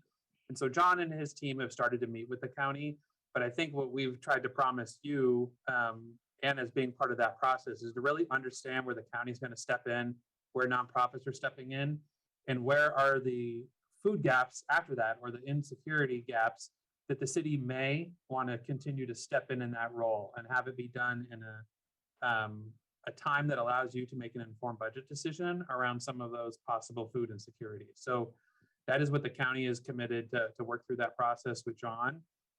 So hopefully we'd be coming forward with that information through the budget cycle, so that you'd have the option to allocate any of those ARP funding or general fund money to, longer term food insecurity that existed, probably here before COVID-19. Okay, thank you. That's really helpful. Lastly, I just want to say thank you to everybody involved. The comms regular updates are super helpful and we use them. And Alvin has been super communicative on what's happening out in the community and when we have requests, and we always have like weird things come up. And I just wanted to say thank you to the whole team and Dolan and Sarah, and I'm forgetting all sorts of names, but it's been really helpful. So thank you. That's it for me, Mayor. Thank you. Other questions? While folks are thinking of questions, I'll just note in defense of neighbors in the Negley Park. I don't live in Negley Park, but not far from there. I should point out, I suspect that the predominant need is along 10th and 11th Street, where you have a lot of fraternity houses, sorority houses, and group homes. I'm just speculating. Elvin's nodding his head. So, okay, so we have a very diverse community, and that's certainly true here in the downtown. Councilmember Arenas. Thank you. Just want to thank everybody for the report. And I know that there's somebody from our community said, they've heard some of this before. And that's because we have a plan, we have a strategy, and we have an implementation of this plan. And I am very, very pleased. I know that you've been listening to us all for the last 2 years, and I've really taken flight with many of our recommendations. And so I'm absolutely grateful. Not that we have all the answers, but some of us know our particular neighborhoods and our communities and understand what speaks to them. I wish we had, a fix for all, right? But we must throw a lot of things at this issue so we can figure out what speaks to folks. So, and that's one of the things I wanted to ask Carolina. I know you said that you connected with a lot of young folks. It sounds like, and this is a group that we're more challenged with. I mean, there's a lot of challenges, but we need to get them vaccinated at a higher rate. What are some of the next steps for that? You got some of the really good information from them. They wanted to be known as, what did you call them? Heroes or lifesavers. Lifesavers. I thought it was lifesavers, but I thought, no, I'm thinking of what is it, the Jedi and all that. No, not the lifesaver. Okay. So they want to see themselves as lifesavers. And so what is the next step in terms of building a specific campaign that speaks to our young folks? Yes, great question, Councilmember Arena. So that specifically was for our 12 to 17-year-olds. We are going to be, like I said, we're going to do another social media influencers campaign. And I thank you for offering some suggestions. We will definitely connect with the influencer that you suggested. So that's one of the things we want to do. We do know that youth are highly, highly active on social media, and they're looking towards their local celebrities to make suggestions, and they follow them. They're role models for many of them. The county, as you may be aware, has also done quite a bit on social media with our local sports. So they did some campaigning with the Earthquakes, really good sports team to campaign with, especially since we want to reach our Latinos, right? We know football is popular for us, so it's great, and it's something that we're definitely gonna look at as well. And then of course they did stuff with the Sharks and the Barracuda, And that's something that we have in our queue. So a social media influencer campaign, to answer your question. We're also looking at ads on Google specifically for anyone who games. So what we know is that the youth don't want to be interrupted when they're gaming. And I'm sure as parents, we all know that. We can't even call them for dinner or to do, anything else, right? So instead, what we're doing is Google ads and focused on folks or young individuals who game. We're also looking at Spotify, Facebook, Instagram ads. So it's largely social media to reach that age group, 12 to 17. And we will be using the tagline of Be a Lifesaver. And TikTok? We can certainly look into TikTok. Great idea. Yeah, I'm seeing like a dance. I think that we need to choreograph a dance specific to a lifesaver theme. And I don't know, maybe our mayor will be up for that since he now knows about Bad Bunny. Yeah, my wife has prohibited me dancing in public. So. All right. That sounds like a challenge, and we can certainly play with that and encourage all of you to join that challenge. We'll think through that, Councilmember Arenas. I think it's a great idea. Yeah, we've seen Including the mayor. I hear a lot of nominations for the mayor. We've seen how TikTok and just the social media, when there's a song that just hits and falls in line with something, it spreads like fire. So I think we just have to use whatever is out there, whatever is popular. So thank you so much for doing that. It sounds like the kiddos under 12 aren't really our target then anymore. So what we're trying to do for the kiddos under 12 is reach those who have agency over them. Unlikely that a 5, a 7-year-old, right? So we're reaching the parents, the grandparents, the guardians. And we're doing that through a variety of tactics, particularly for our non-English speaking community, marginalized communities. Direct mail works.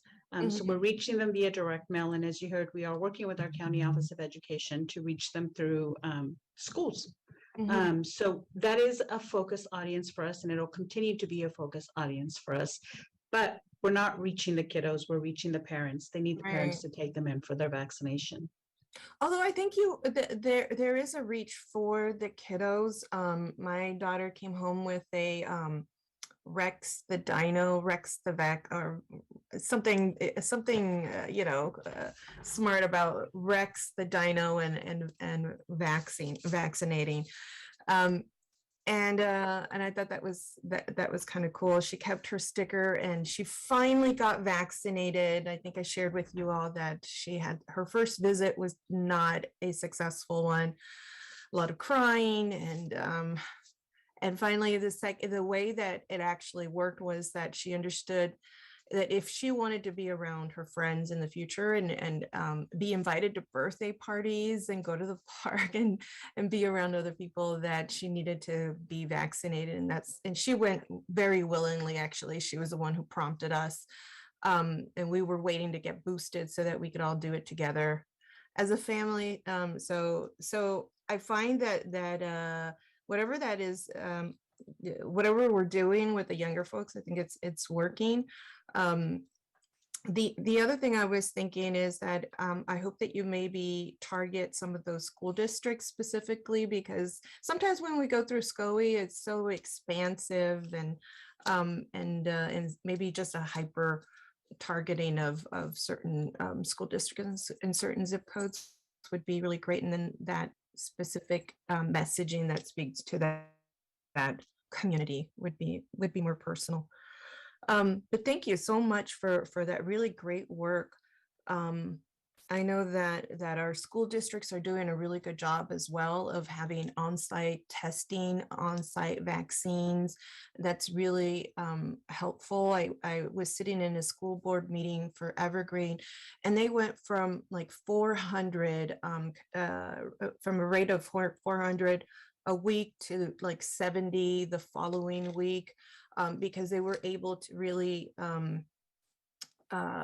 prevent others from being sick with all the measures that they're taking, this pool testing in their classrooms. And sending kids home with a couple of tests have all been very, very effective. And in our family, we've had a number, I'm sure that other parents are feeling the same way. We've had a number of exposures, and they're working through those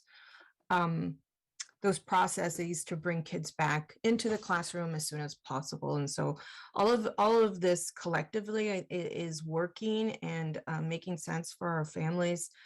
And so I'm really grateful for all that you all have done. Not just the key messaging, but everything that falls behind that, all the outreach, just all the work. So thank you so much for that. The last question I have is the gentleman who called and talked about the outreach that he was completing, and some of the numbers that he shared in terms of some of the apartment units, but was very alarming, and understandably so, because there's a lot of people densely living next to each other in apartment units. But the thing that also alarmed me was that his job would be ending soon. Is that something that's going through us, or is that a county-based program?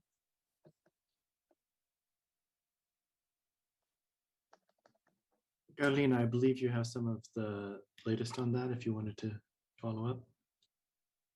Yes, I will. And then if Rosalind is on, I think she's got some information to add. So currently it is a county program, Councilmember Arenas, but I do think we have funding to continue that. And Rosalind, are you on? I think you have the details on that. Thank you. Good afternoon, Rosalind Huey, Deputy City Manager. Councilmember Arenas, thank you for the question. You'll recall that Council did approve as part of the community engagement process for the Recovery Task Force to utilize the promotores model. And the task force now is in the process of establishing actually a number of different committees and solution groups. Community engagement will be one of those. And so the task force members have indicated they are very much interested in using this model to reach our community members, particularly those that are traditionally have been harder to reach. Wonderful. That's exactly where my thoughts went. I thought, well, we have a promotoras that yeah, I had submitted for that for our budget requests last year, and all of the council approved unanimously. So I was hoping that we would take maybe from those contracts that were ending in the county and take advantage of the experience from those folks who've already been out there and understand how to connect with others. So thank you for making that connection and having that part of the recovery task force. I'm going to also assume that the outreach for the promotoras in the way that you're thinking for the task force, the recovery task force, exclusive to community, or is that also going to include some small businesses or businesses in general? Yes, it would be available and open to small businesses as well. Absolutely. Oh, that's wonderful. Wonderful, wonderful. Well, we are also in the process of well, you are all helping us in the process of having that RFP for our Tully Business Association. And so I think, as you know, some of these efforts make sense to align them together and leverage so that we can do more, and hopefully we can talk offline about that as well. Thank you. Thank you. Other questions or comments, Councilmember Carrasco? I'll keep it brief. I don't know if this question is for Carolina or Kip or Alvin. I went and got boosted at Mayfair over the weekend. Super easy in and out. Partly because there wasn't much activity, and I imagine that is just happening throughout the county.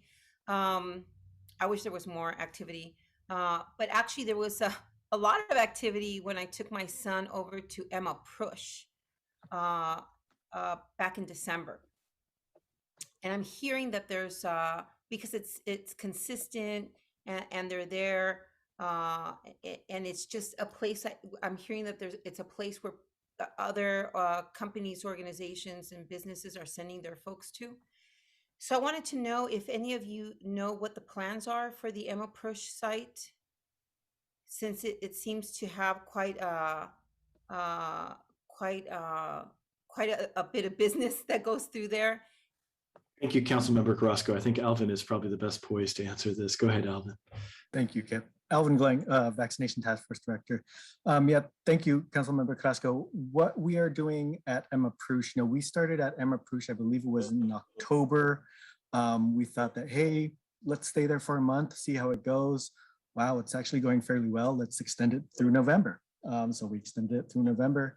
Wow, it's gaining traction. People are talking. There's, like you said, they're sending their family members, their coworkers, what have you. And so, okay, let's extend it through the end of the year. And so we extended it through December. By that time, roughly, again, 300 or so per day at Emma Prush. So at the end of December, we extended the county stay at Emma Prush through March 31st of this year. So we've got it for at least another 3 months. We'll see how we're continuing to do really good numbers, and I think we'll reevaluate probably around the March-ish timeframe to see, if we need to extend past March 31st. But currently, right now, that's what we have. The county will stay at Emma Prush through March 31st. Yeah, Alvin, do you happen to have those numbers? I can get those for you for sure. You don't have a rough estimate? Are they there? Are they there? Because I want to just illustrate something. Are they there daily or just on the weekends? They are currently there Tuesday through Thursday, 12 to 7 each day. 12 to 7. And they're roughly doing in the Oh, hundred. yeah. They are roughly, yes, they are roughly triple digits Tuesday through Thursday. So the last time when I received an update from the county back in December, since they had opened, they had roughly vaccinated, I think it was between 4,000 to 5,000 again, since they opened. So the reason why I'm bringing this up is I think that there's truly some benefit in being consistent and having a reliable source. And so, people, the boosters are your boosters are a rolling element in the community, right? My team, their time is coming up on a rolling basis. Some people were already due, they're already getting it. Some people are not due until actually a couple of weeks from now. And that's why my daughters and I got it this weekend. And so, there's something to be said about having a consistent and reliable site. That's very different from the numbers that I got at Mayfair, even though Mayfair was smack in the middle of a community that really needs to have it. But it was just a few blocks away from Emma Prush, by the way. But when I left just an hour and a half before it closed, we hadn't even hit 40 injections at that point. And it's fine, 35, 36 injections are better than nothing. That's 35 of individuals are not going to get another 35 people sick who won't get another 35 people sick, so exponentially it starts to look really, really good. But when you're talking about triple digits on a daily basis, 3 or 4 times a week, I like to see those numbers when you come up and have these reports. I know that tomorrow or Thursday, we're going to have the Equity Health Task Force. I'd like to be able to see those numbers in that breakdown and really truly be able to do whatever we can to at least keep it there as long as possible. We don't have any other injection site or vaccination site on the east side of San Jose that I know of that's consistent like this or that has those kind of numbers. We have pop-ups, but the pop-ups, you have to, look for them and you have to kind of run around and chase it down. The other is I was concerned because I know that we've been waiting to refurbish the floors if we waited this long to refurbish the floors, I'm just going to make a plug here. Everyone can quote me on it. Of course, I want to invest in our assets, but right now I want to invest in the greatest assets, which is human life and making sure that people are safe and healthy. And so this to me is a priority, and I'm willing to put my name on this one. And again, you can quote me, and I'm willing to hold off a little bit on refurbishing those floors and do the vaccinations first. So anyway, so I'd like to see those numbers next time, and I'd like to see them at the Equity Health Task Force. That's it for me, Mayor. Thank you so much. You, Councilmember. Other questions? I just had one quick question of Jackie on the $62 million in rent relief that's coming to the state. I know it's not a lot of peanut butter to spread over a state that's big as this one. And I know that dollars are now moving entirely through the state. So I don't know how much transparency we have about the gap between need and the resources. Do we have any sense? Do you have any sense about? I think they asked for, and maybe Sarah has that number, 1.something billion in additional assistance, and how they plan to allocate the money that they get is based on giving it to people with the lowest AMIs and the most vulnerable. So they're controlling it, and it really is based on income, but it'll go across the state. And Sarah, do you have that number? It was around 1.2 or 1.4. I can follow up with you, Mayor. Okay, thank you. Forgive me, I must have misunderstood. I wrote the number 62 million. Does that refer to something else? No, that's correct. That's correct. Okay. What Jackie was referring to was the initial ask from the state to the Oh, I Treasury. see. Okay, I got it now. When you asked how much, I mean, they have capacity and belief that we can continue to spread that much money throughout the entire system. So that's the big ask. Right. Okay, well, let me know how we can be helpful. Thank you. All right, let's, any other questions or comments? I will thank you again, everyone, for your hard work and your great work on behalf of the community that is increasingly vulnerable to so many forces that have been unleashed by this pandemic. Okay, we'll go on to item 3.3, which is the annual report on city services. I believe Joe is here, or he will be joining us shortly. The presentation. Welcome, Joe. Good afternoon, Mayor and City Council. Joe Royce, City Auditor. I'm pleased to present our office's 14th report on annual report on city services. The report provides performance data on the cost, quantity, timeliness, and public opinion of city services. It includes historical trends and comparisons to targets in other cities. The report is intended to be informational. Now, unlike other reports from our office, we do not have recommendations in the report, nor is there an administration response. We sought feedback and input from the administration during our work and included that feedback as appropriate. The report builds on the city's existing performance measurement and reporting efforts, and we selected and reviewed performance data to provide assurance that the information presented provides a fair picture of the city's performance. All city departments are included in the review. However, this report is not intended to be a complete set of performance measures for all users. It provides insights into service results, but is not intended to thoroughly analyze all results. The presentation will cover highlights from our introductory chapters in different city service areas, but does not include all the measures or departments that are included in the report. I'm here with Allison Pauley and Shirley Wong from my office, who are the leads on this project, as well as our whole audit team, who hopefully can answer any questions you may have. Representatives from the administration are here as well. Also, Dr. Timothy McClarney from True North Research, who conducted our office's this year's community opinion survey, is also here to answer questions. To begin, we want to give a little context to understand who we serve as a city government. With a population of over 1 million, San Jose is the 10th largest city in the United States and the 3rd largest city in California. The city has an ethnically diverse population, about 38% Asian, 31% Hispanic or Latino, and 25% white. Roughly 40% of San Jose residents are foreign born, and more than half speak a language other than English at home.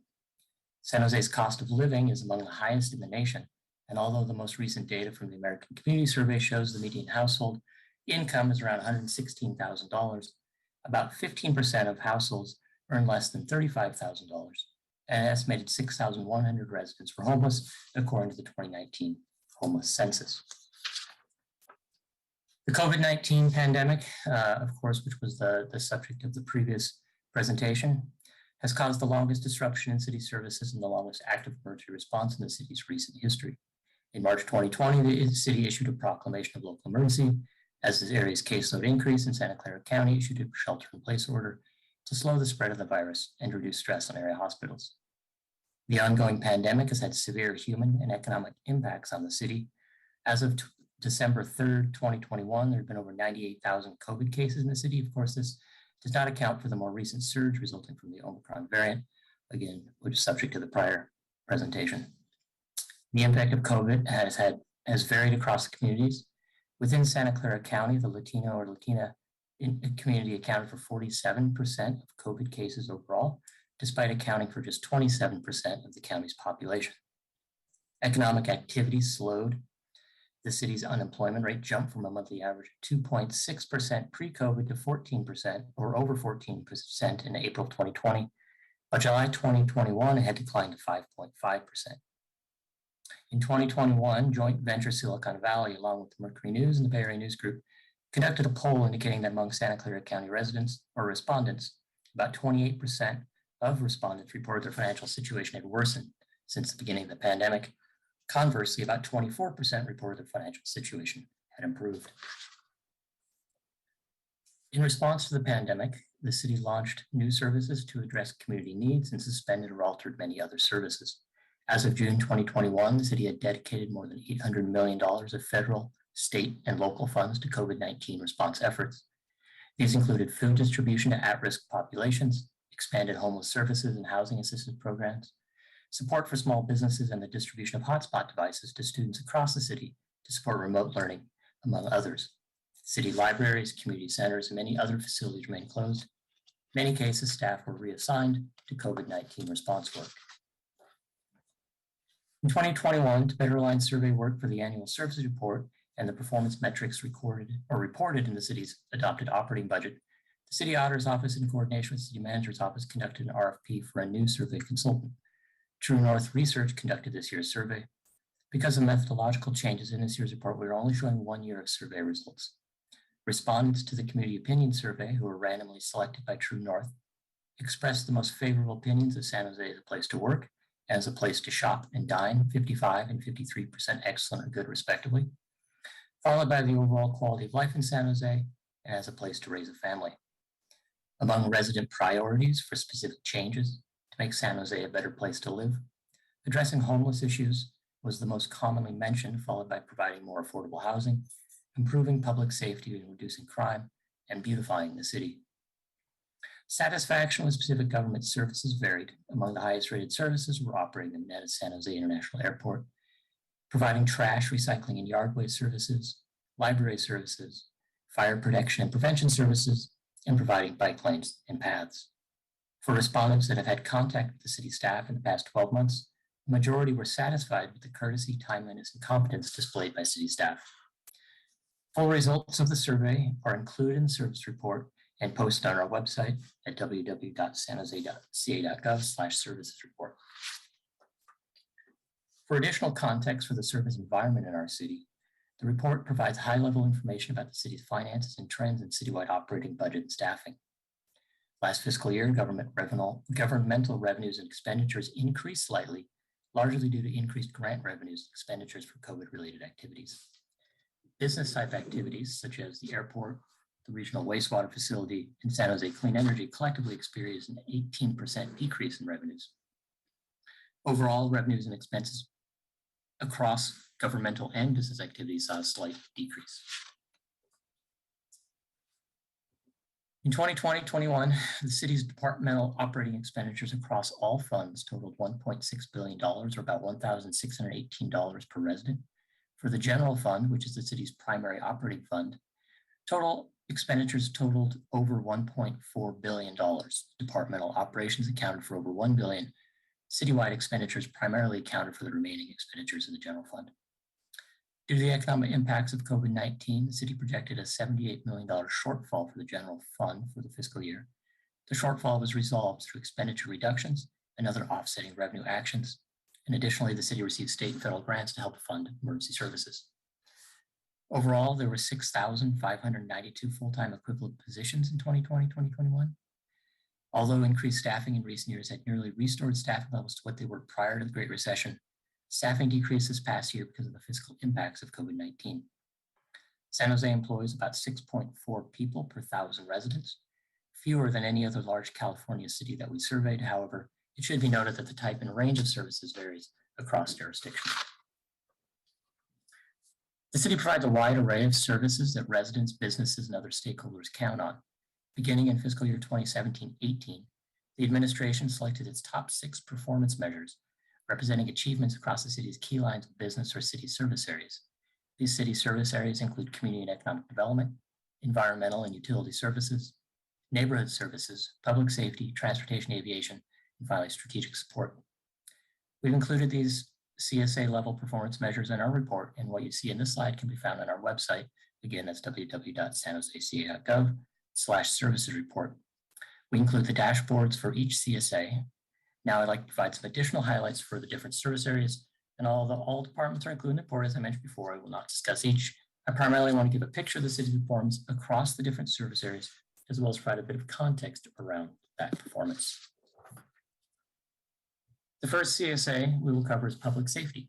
The Emergency Operations Center was active for the entirety of 2020-2021 in response to COVID-19 and other emergencies.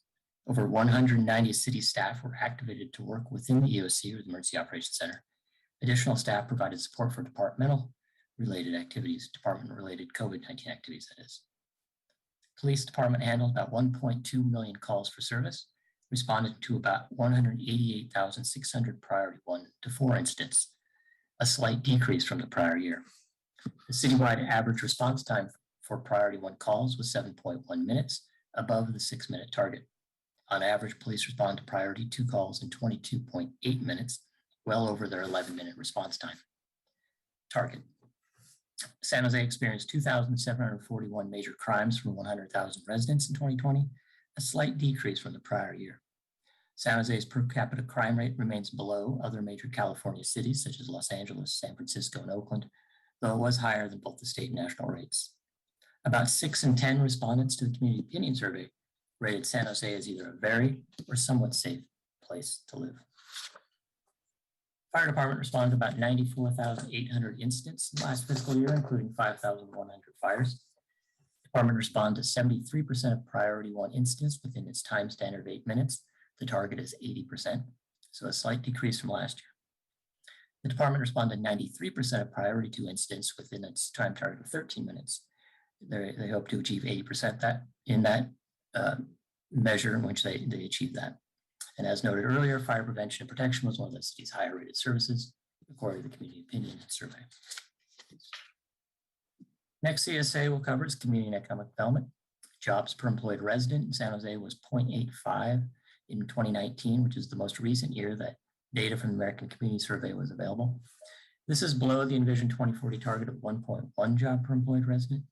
And as noted previously, San Jose's unemployment rate decreased since its spike in April 2020, but remains above pre-COVID levels. The number of building permits issued and field inspections performed decreased due to the pandemic. Additionally, the permit center was closed to in-person customers. 3 of 7 selected development processes met their annual performance targets. For example, 88% of building inspections occurred within 24 hours, above the 85% target. Conversely, 64% of plan checks for development projects were completed within processing time targets, below the 88% goal. Development Services issued nearly 32,500 building permits during the fiscal year. The value of construction has increased every year since 1718. However, the volume of construction has decreased over those same years. There are over 20,000 affordable housing units in San Jose in total. And while there were no affordable housing units completed in 2020-21 with city assistance, the Housing Department reports that in the first 9 months of 2021, 1,000 affordable housing units received planning approval or building permits, and about 60 units received certificates of occupancy. Additionally, there were 1,600 market rate units that received planning approval or building permits, and 750 receiving certificates of occupancy. Next, we have transportation aviation services. The number of airport passengers decreased because of reduced travel and travel restrictions associated with the pandemic. Last fiscal year, the airport served 4.2 million airline passengers, down from a high of nearly 15 million in 2018-19, the last full fiscal year before COVID. The airport did meet its target of serving 80% of the regional market share, which includes SFO and the Oakland airports. Again, the airport is one of the highest rated services according to the Community Opinion Survey. Funding from VTA Measure B, State Senate Bill 1, and Measure T have allowed the Department of Transportation to expand pavement maintenance on local neighborhood streets. Last fiscal year, 116 miles of street were resurfaced and 82 miles were preventatively sealed as part of the pavement maintenance program. The most recent Pavement Condition Index score, or PCI score, from the Metropolitan Transportation Commission was 66 on a 0 to 100 scale, meaning the city's streets fall in the fair category. And although we remain in that fair category, we have seen some improvement over the last 4 or 5 years. The next CSA is Environmental Utility Services. San Jose Clean Energy provides businesses and residents with options for renewable and carbon-free energy. The default service Green Source provided electricity that was 80% carbon-free. San Jose Clean Energy served nearly 348,000 accounts and stayed within its target opt-out rate of 5%. However, because of a decrease in revenue, San Jose Clean Energy had an operating loss for the year. 68% of waste was diverted from landfills in 2020-2021. Though the tons of waste sent to landfill increased, and the city is still working to address disruptions in the recyclable markets. Garbage and recycling pickup is again one of the city's higher rated services, according to the Community Opinion Survey. City continued to meet its wastewater or meeting or exceeding its wastewater pollutant discharge requirements, and Muni Water met water quality standards in 99.96% of water samples taken. Finally, the Department of Transportation continued to meet its targets for the number of sanitary sewer overflows during the fiscal year. Next, we have neighborhood services. Due to the pandemic, city libraries, community and recreation centers, and other public facilities were closed for the majority of the fiscal year. In response, city departments offered alternate programming, and staff were reassigned to COVID response activities. The city has 199 neighborhood and 10 regional parks encompassing 1,794 acres. Most respondents to the Community Opinion Survey, or 63%, indicated that their household had visited a regional park in the last 12 months. Overall, PRNS rated park conditions at 3.5 out of a 5-point scale. Should be noted, PRNS is currently in the process of revising the methodology for that measure. Library hours, circulation, and program participation were all down because of the pandemic. For example, although there were nearly 500,000 visitors to the city's libraries during the last fiscal year, this was down from more than 6 million in 2018-19, the last full fiscal year before COVID. The library transitioned services to allow express pickup of library materials through online or phone reservations.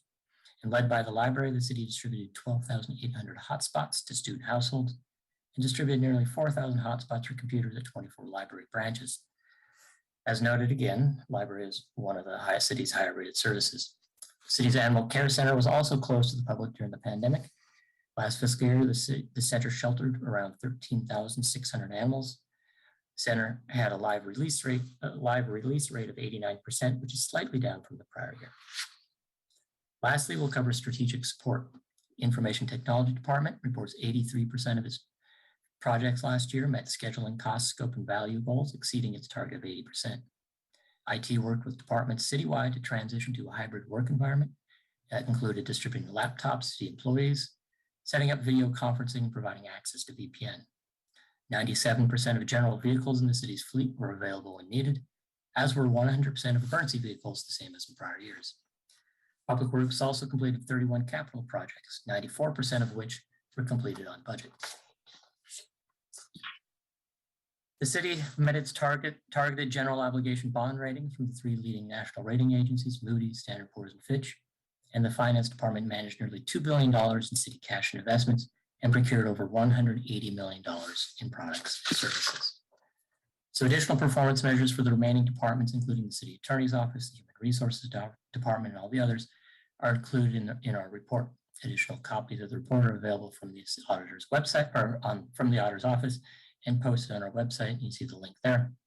We thank the many departments that contributed to the report. It would not be possible without their support, and we're happy to answer any questions. Thank you. Thank you, Joe. Thanks to you and your team for your hard work and for the report. Let's go to members of the community. Paul Soto?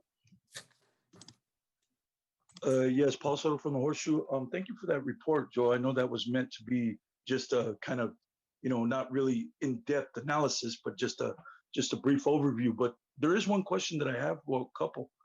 I'd like to know the deaths. How many Latinos died? You gave the 47% that was infected, but what I would like to know specifically, because I'm a part of this community, is that I would like to know how many deaths resulted from COVID. Number two, is it 15% that make under $30,000? That's 150,000 people. 150,000. Just think about that. And the other one was 4%. I was really actually surprised by this. 4% want to improve police response and presence. That's it. That is an extremely small percentage. Why? Because I think, for the most part, San Jose Police Department is doing their job. They're handling business. So they, people are, we're not tripping on that, man. We're tripping on the homeless over here. We need to do something about this. And I totally agree. And outside of Scott Neese's recipe for dealing with that quote unquote problem that those people have, and getting his little army together and thinking that he's going to work with the AOT department within the county to start arresting his way so that he doesn't have to be confronted with the fact that he has been a main contributor of that gentrification, which is really, in my opinion, it's called Manifest Destiny 2.0. And it's done with a smile, a handshake, and the law. Thank you. Tessa Woodmansey? Okay, thank you very much. Of course, we are missing the most important document, which is showing how much fossil fuel we are using. And we're not doing that in our auditing. And we need to start doing that. When we have fires burning in Monterey and Big Sur, in the winter, which is very abnormal. And, all the abnormalities we've been facing. And we're not looking at that. And when the science says we have 8 years to go to zero, even though the city is saying they want to go to net zero, but there is no engineering to create net zero. And so we really have to go to zero to make the changes. And we're not looking into that in terms of our auditing. And we have to start doing that. And even in regards to our bicycle and pedestrian safety, today I had a meeting with Andrew Boone and Ryan Smith from the DOT, and we're looking at solutions. When Pam Foley says, after we had the deaths, the murder, I'll call it murder, or we could call it whatever, it's not an accident. The accidents are only when the car wheel falls off or the steering wheel falls off. That's an accident. What we're having is manslaughter on our streets. And what happened on, on Almaden Expressway is that, that's what happened. And so what it is that the city has said in their documentations that we're supposed to have, complete streets, all of our complete streets. And when we looked at Santa Clara Street, and the reason we don't have a complete street on Santa Clara is that VTA and our city is saying that it has to be just for transportation. And that has to stop. We have to have complete streets for safety. And so we have to look at our. Blair Beekman. Hi, Blair Beekman here. Thanks for this item. I'd like to talk about COVID issues and racial equity issues and digital equity issues on the item about defining the future of equity overall, if that's possible. For this item, to talk about the past year of public safety measures, I learned at the VTA that assaults are down, aggravated assaults are down, and assaults on drivers are down. That's interesting. The arrests of felony arrests are up. Meanwhile, so they're using that as a bit of a stopgap measure, which is interesting. It's good for a year. It's good for a couple of years. We have to always be considering, and with so many new law enforcement questions at this time, and the use of Vision Zero and Safe Streets, as Tessa just offered, I think the open public policies and accountability ideas with technology is just an incredibly helpful tool for ourselves, how to organize what we'll be doing in our next year with law enforcement questions and the ALPR use and safe streets. It's the open public policies and accountability that can bring a good organization and a good structure just to understand ourselves. What are sustainable, good community practices, you know, of a democracy, of community participation and understanding? It's our better selves, our better practices. Good luck in those efforts and what to do with that. And hopefully we can be addressing open public policies with natural disaster preparedness in the next few years. It's an interesting concept that can relate to health and human services and reimagine and racial equity very well and be a good complement. Good luck in how we plan the next year and this report. Call in user 1.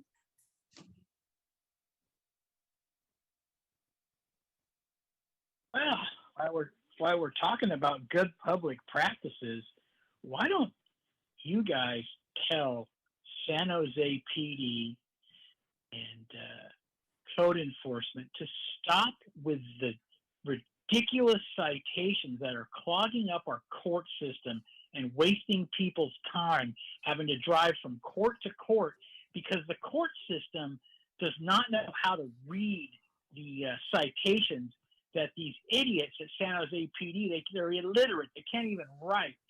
I was just in court the other day, and what a mess it was, thanks to all these stupid infractions and citations. It's ridiculous. If you want to streamline your city, get rid of that stuff. Get rid of the citations because it's not doing anything for anybody. And you know what? These policemen, you know, they want to give out toys to the kids. Stop giving out these stupid citations that are clogging the courts for years and years and years. I myself had one, and it was thrown out due to interest of justice because it takes so long for them to process these things. Now, this is a county level situation, but it's all caused by San Jose PD. San Jose PD loves to give out citations. It's how they, quote, solve crimes. Okay? Quit giving them out. And by the way, all the people on the city council who are sensitive to Latino people, that's who's in the court systems on these ridiculous charges. I had to help a lot of people try to decipher what was going on down there that day. And, you know, I consider myself a Latino because the Italians are the original ones. So, you know, chew on that for a second, people.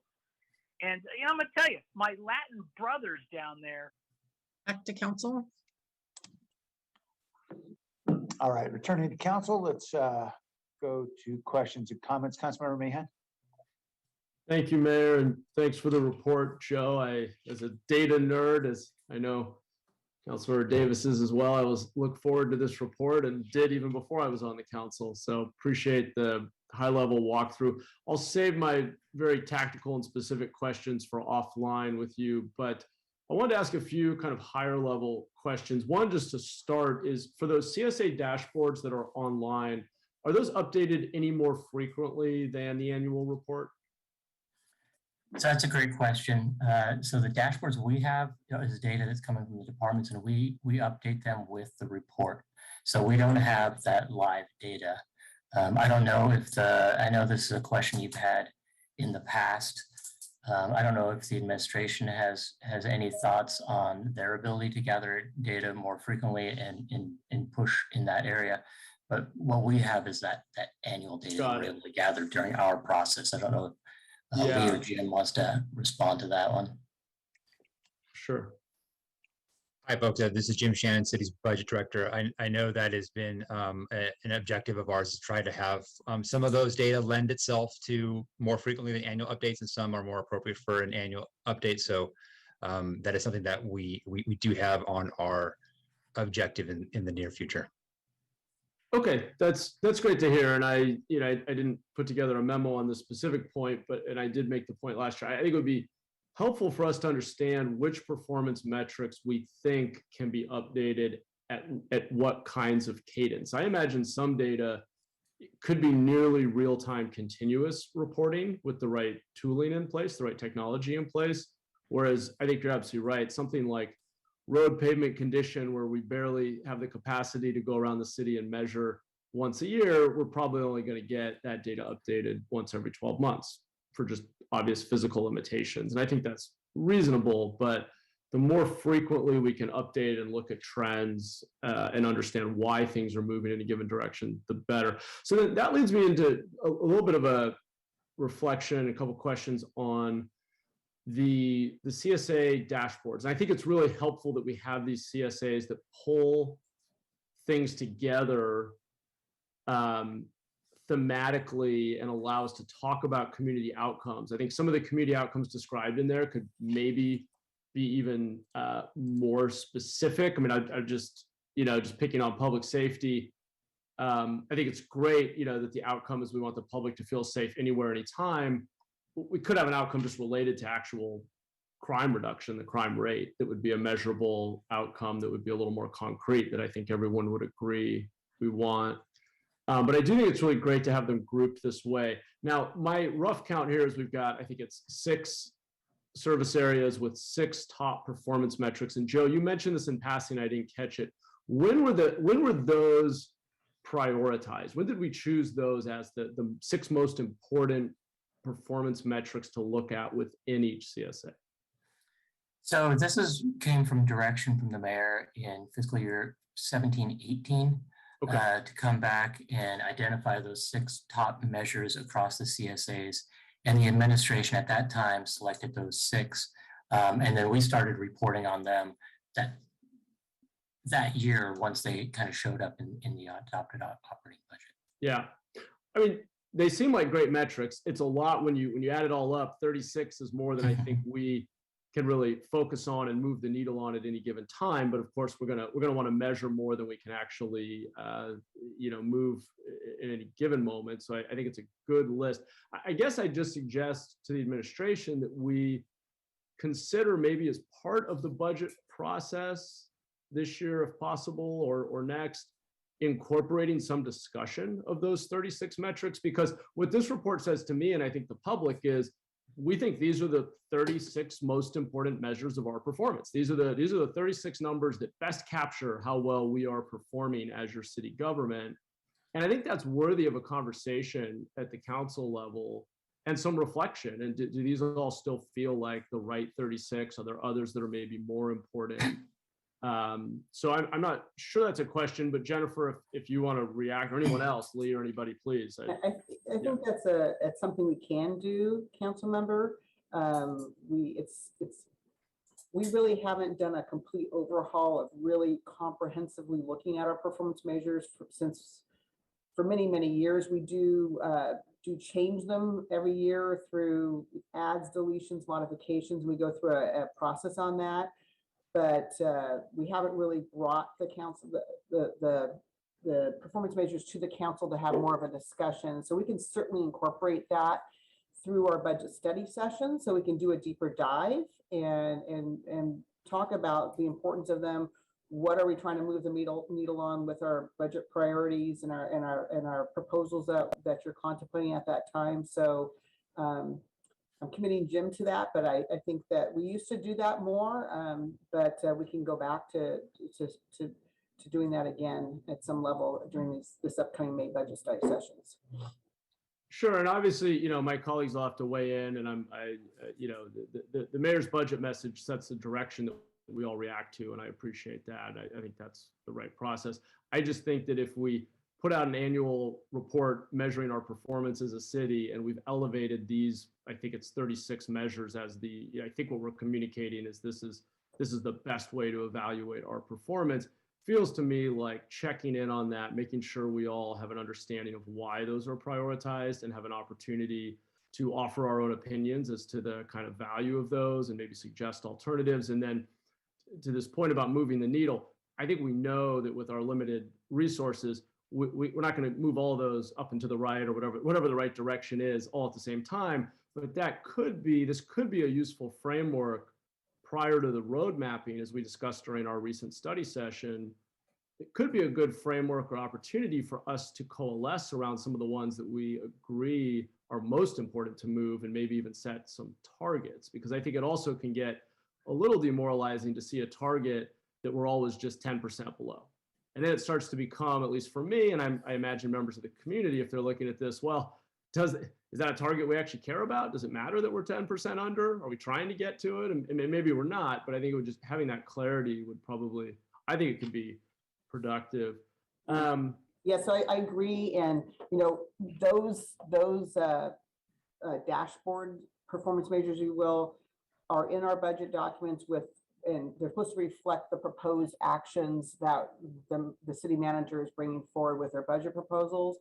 We also have, obviously, city service area additional, each city service area additional performance measures that we report on, and also relate those to what the budget proposals that are contained within that document or not, and also at a department level. All of those are fair game during the budget process to be discussing, and we reference them when we put out the agendas, but we can, easily incorporate that more intentionally in our budget presentations there, but they will all be in that 1,000-page document that we produce every May, but we can certainly make sure that, that's a more intentional element of the discussion of the study sessions.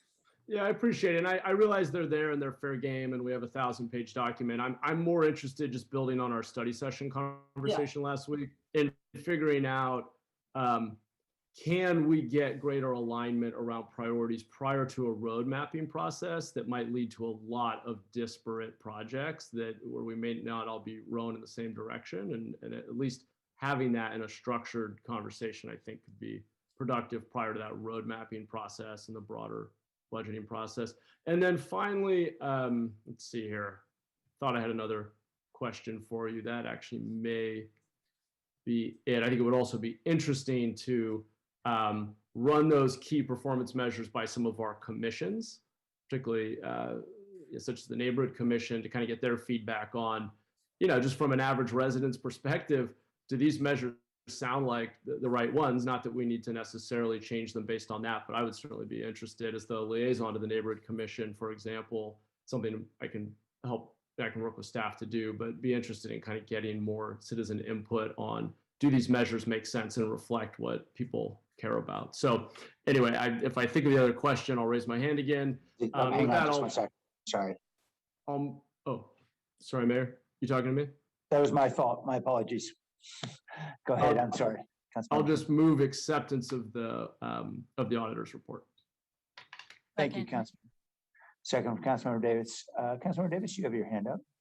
Thank you. I want to thank Councilmember Mahan for his lines of questioning. I have a few just specific departments or metrics that I want to ask about, and the overarching question for each of these is really, what is being done to rethink service delivery based on the results. So I'll start with community economic development, and speaking of the six dashboard items, the one that gives me most concern is work to future. And I see that the target for clients receiving services was 1,300, and the number actually served was 729, and that was down from 1920.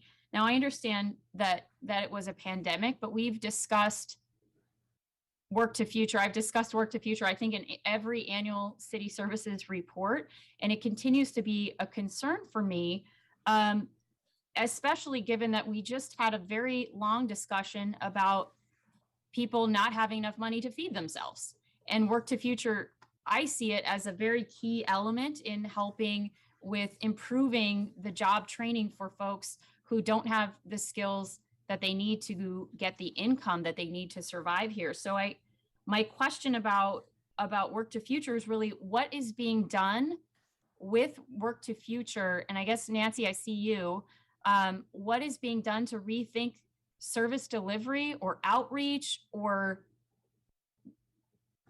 the part of that department itself, Work to Future, to get more people served, not just to meet the state goals, which frankly are pretty paltry in terms of program results. 61% are the goals, 61% for adults, 67% and 68% for youth, but we're not even meeting 2 of 3 of those.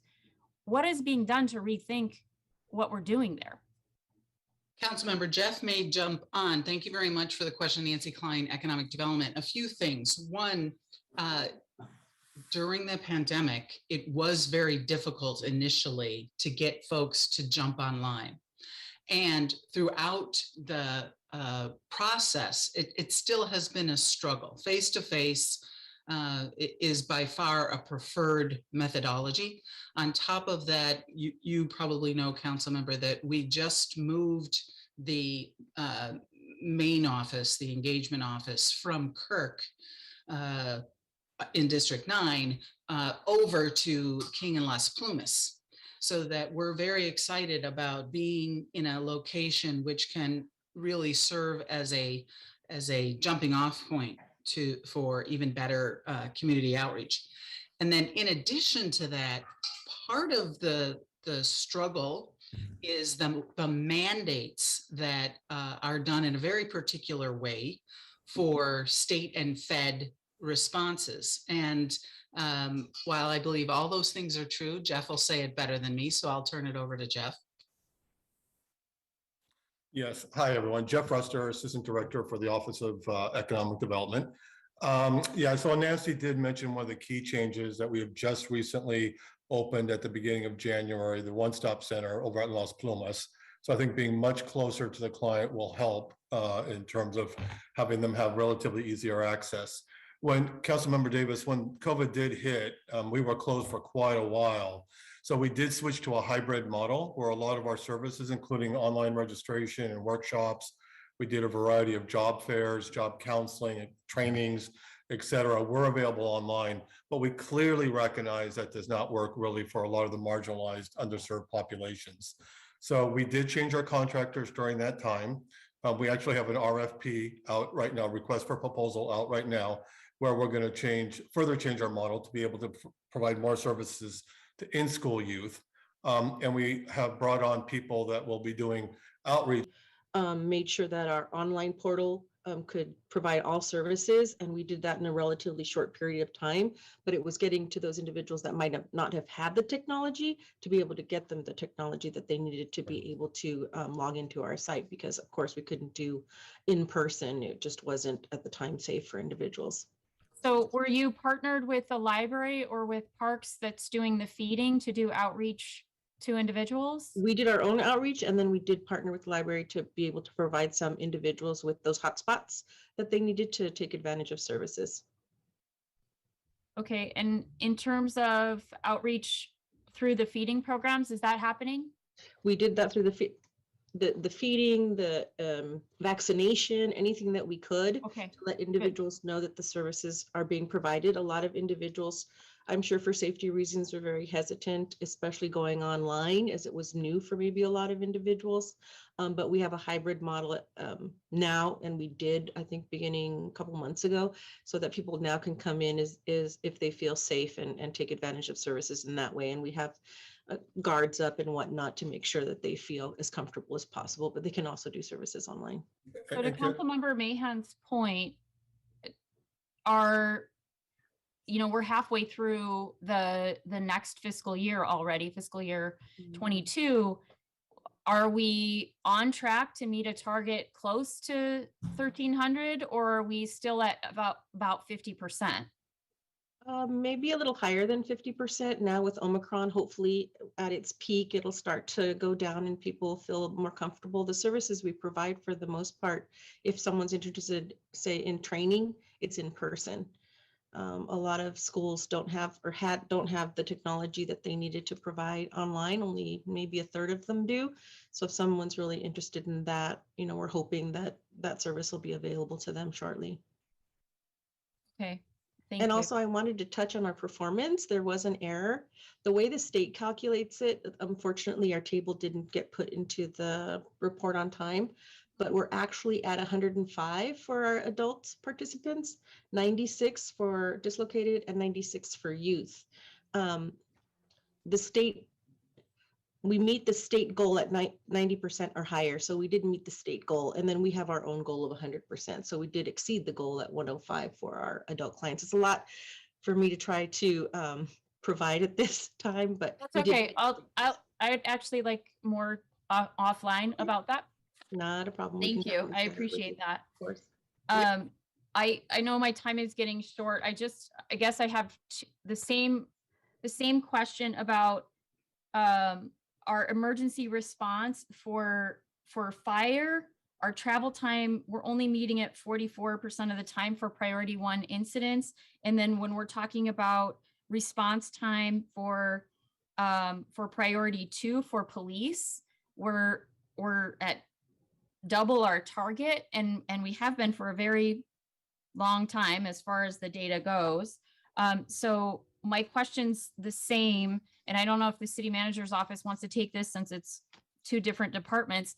What are we doing to rethink service delivery? I think I know the answer for fire. We're adding another fire station, but what are we doing for PD to rethink service delivery? Since as far as my reading of priority 1 and priority 2, we have to have an officer response. Those aren't responses that CSOs can do. I see Lieutenant Donahue. You Yes, want to? I think Councilmember Davis, you're correct on the fire department. And we've looked at the 3 segments that contribute to the response times, did a study, and part of the adding the fire stations and relocating fire stations is to help with that, because of the travel time is the biggest piece of the deficiency in our response times. Because we also have the call answering time piece, and we also have the turnout time piece of when the fire people can get out of the station. So we hope that with our bond measure and the work we're doing with our fire stations, that will make some improvement there. That is the goal. As far as the police department, I know the police department has obviously we cut a lot of officers during our, I'd say, decade of deficits, really haven't built our police department up. Since then, we've added here and there. As a response to that, I know that our police department has shifted resources to try to get at the priority 1 and keep that response time as best as it could be. And obviously we will be looking at our resources in this upcoming budget season, but I will turn it over to Lieutenant Donahue, where he can talk about some other things, and they're doing things in technology and other areas that are focusing on their service delivery. So I'll turn it over to you, Steve. Thank you very much. So Steve Donahue, Research and Development from the San Jose Police Department. Council member, thank you for your question. We're in the midst of producing a request for a proposal for redistricting the entire city for our police department. And what that's going to look at is not just our response times, but it's going to look at the size of our districts, how many officers should be assigned there. We're going to look at everything in the model from what days of the week they should work to what hours they should work on those days. We're looking at our Bureau of Investigations and our distribution of caseloads, and we're looking at staffing models for our main lobby. Every aspect of the police department is going to be examined in this request for proposal. And by doing that, we're hoping to be able to develop a model that's going to provide higher service to the community here in San Jose while still maintaining the ability to provide, I should say, the best service with the resources that we have available to us, right? Obviously, for a city our size, we should have a lot more police officers, but we do with what we can with what we have. And we're looking at both increasing staffing in coordination with the city manager's office, as well as the redistricting. Okay, one final question for you, Lieutenant Donahue. Will they be able to say if we redistrict in this way, we will be able to cut our response times by X number of minutes? I'm not sure that they're going to be able to give us a response that says, if you do this, your response times will drop. I think if they should be able to say, if you do this, you will have a better distribution of personnel and you'll be able to have shorter distances traveled with officers redistributed throughout the city. But to be able to calculate that, I don't know how that would come about until we're able to actually put into practice what they propose. Okay, thank you. Yes, ma'am. Thank you. Yeah, I just want to thank Joe and his team for putting this together every year. It always sparks very lively discussion about our service delivery and what we're doing and how we're doing it. So thank you, Joe, and your team. That is the point. So thank you, Joe, for your work. Councilmember Esparza. Thank you, Mayor. So I had a few questions, and thanks, Joe, to you and your team on developing this report. We've had some discussions around language access, and I wanted to actually highlight that today. So in the report, it mentions that 6% of respondents had issues with language access. And so I just wanted to say that, again, I wanted you and your team to speak more on this topic. I have heard consistently from my residents, as I'm sure my colleagues have as well, that we've run into language access issues, whether it was accessing programming or getting just basic information in languages other than English. So can you share with me what was done to ensure that the sample for the survey captured the concerns from respondents who primarily speak languages other than English? And what do we know about the service areas and or the geographic areas that are being impacted most by language inaccessibility? So for there's two, so I guess thank you for the question. That I'm gonna ask Dr. Timothy McClarney with True North Research to talk about kind of the survey results about how they were able to gather information on that question about language barriers. And then the second question about what do we know in the service areas. It's a little bit more complicated, but I'm gonna have Dr. McClarney kind of take this first, and then maybe we'll try to answer the second one if you still have additional questions. Certainly. Thank you. Good afternoon. So the survey, the sampling plan, the way it works is we actually use what's called a stratified random sample, in which we're choosing households within geographic sub areas of the city and then randomly selecting them in within their strata. And so we're guaranteeing the proper proportionality across the city. So we're not choosing based on phone numbers or access to email, et cetera. We're actually giving every household an equal opportunity to be selected. Once we've done that, we then append contact information like name and phone number and email address, and then we begin the recruiting. The survey itself was conducted in 4 languages: English, Spanish, Chinese, and Vietnamese, right? And so if respondents preferred to take the survey in something other than English in terms of Spanish, Chinese, or Vietnamese, they had the opportunity to do so. The comment that you mentioned about encountering a language barrier, what we found is, I'm going to shoot forward to that in the survey itself. What we found is that overall, you had about 6% of all respondents indicating that, you know, they experienced a problem accessing city services because of a language barrier at some point, right? So they have experienced this. Doesn't necessarily mean they experience it every time, but they have encountered this problem. That's, of course, over all respondents. When you break it down in the report, what we found is that that issue with the language barrier tended to concentrate in 2 ethnicities, Chinese and Vietnamese, is the 2 where they had higher rates of encountering this. I think the Chinese were about 13%, and actually Vietnamese were about 13% as well in terms of encountering it, and then saying that that problem was either a major or a minor problem, right, for them in terms of encountering services. If I go down here, one other, yeah, and in terms of the speakers themselves, within those who spoke Chinese or Vietnamese, we again saw much higher rates for that group than any other group. So that gives you an indication where the challenges lie. If I could jump in, because I think the second part was about, barriers for specific services, I think, is that what?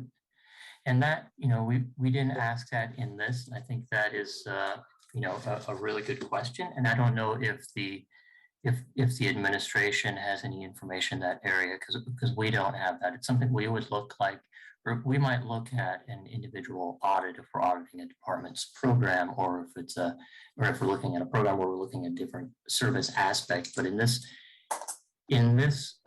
project, we weren't drilling down that deeply on the language access question. Right. So correct. We did not have a follow-up after that asking about what specific service they were seeking, where they encountered this difficulty. Yeah, and thank you, Joe, and also thank you.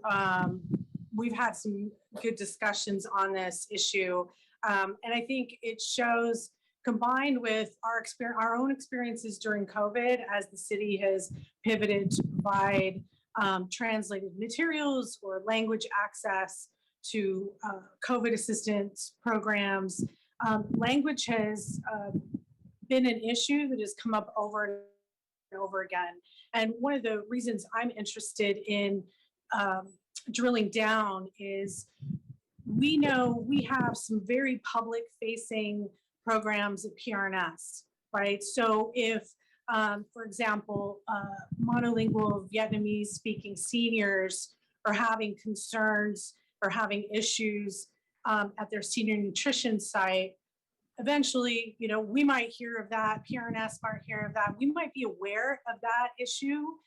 But what about the programs that we're not aware of some of those issues, and we're not preparing, we're not staffing? It's much of the signage, in fact, it's one of an issue that's come up in my own district, which is a lot of the city signage is in English only. And so these are issues that are coming up in the community. And I do think that at some point we need to drill down so that we can make these kinds of assessments about accessibility citywide. Thank you, Joe. Appreciate that. I had a quick question for DOT and PD. So I understand that the most recent data around fatal and injury accidents was not used in this report due to a discrepancy between the PD and the DOT. So can someone from one or both of those departments address this discrepancy, and also how are we addressing this discrepancy? Councilmember John Risto, unless Lieutenant Anaya is on, maybe I could take a crack at first part of it. Yes, we did discover that there was some missing data between police department crashes and what we received in DOT. It wasn't any fatal. It was really injury accidents that occurred. So we had a difference of 558 incidents. And of those, there were 375 that were injury reports that we would have put into our database, but there was no fatals. And that what we're trying to do is now put in place a fix so that when we're missing data like that, we're going to do some cross back and forth communication with the police department when they report through an online database that we're doing. We're also going to follow up with emails to make sure, for instance, if they've submitted 300 reports to us, we're going to do some back and forth email to make sure that we realize that 300 is in the database now. And then we're going to do some back checking on that. So we're going to start putting those things in place right now. And then we're actually going back and comparing data right now to fill in our reporting with regard to what those missing data points are. I don't know if Lieutenant Anaya is on to add anything to that. I am, and I can address a couple of things as well for you, Councilman. One of the things that we did is I spoke to the head of DOT today, and we looked at some of the things that were happening, and what we realized that there was really no discrepancies in fatal data. That was actually correct. We had that issue ironed out. But one of the things we did come up to and really effective immediately, what we're looking at is PD sharing that information with DOT and the number of crashes recorded on a quarterly basis versus an annual basis. So when we run into an issue such as this, or we have a discrepancy in data, we can figure out why we have that discrepancy right away versus going till the end of that calendar year or that fiscal year to determine why. I can give you one example in particular that comes into play with data reporting from the PD versus DOT. So one example is this: we use different parameters from DOT to determine what is the definition of an injury collision. So we check complaint of pain is an injury collision at the PD. That's our reporting requirements when we take a report, when officers take a report in the field, and they check a box if someone has a complaint of pain. What DOT looks at through their analytical data and through the full-time analysts that they have that reviews these reports is they look at severely injured parties. So when you look at an injury, we may report more injuries than DOT because when DOT kind of narrows those numbers down, they look at severely injured versus just quote unquote injured or complaint of pain. So those are one of the big things that we found and why there was a discrepancy in those numbers. And we really started drilling those numbers down. It wasn't as big of a disparity as we thought they once was. So hopefully that kind of explains a little bit for you. There's also the human error factor that goes in, quite honestly, when an officer responds to an accident in the field. If they don't clear that accident with a proper disposition code in our computer, then we won't record it as an injury collision. However, then DOT may get that injury collision later in a report. So we may not capture it and then DOT does capture it. So there's little things that we can do internally at the police department to assist in this. I think the biggest one is one that we discussed today with DOT, and that was that quarterly response and reporting of numbers quarterly, so we can really get a snapshot of that more frequently throughout the year instead of that once a year type of look, if that makes sense. What I can assure you is this: is for us at PD, we use two primary factors in deployment. And one is, first, we use the information that we get from DOT regarding our Vision Zero priority safety corridors. And that's when I'm talking about deployment, I'm talking about deployment specifically with the traffic enforcement unit. And we use those Vision Zero safety corridors. And then secondly, we use our hotspots maps that are developed through our crime analysis unit. And they provide basically two separate analytical tools for us to look at how we deploy our officers.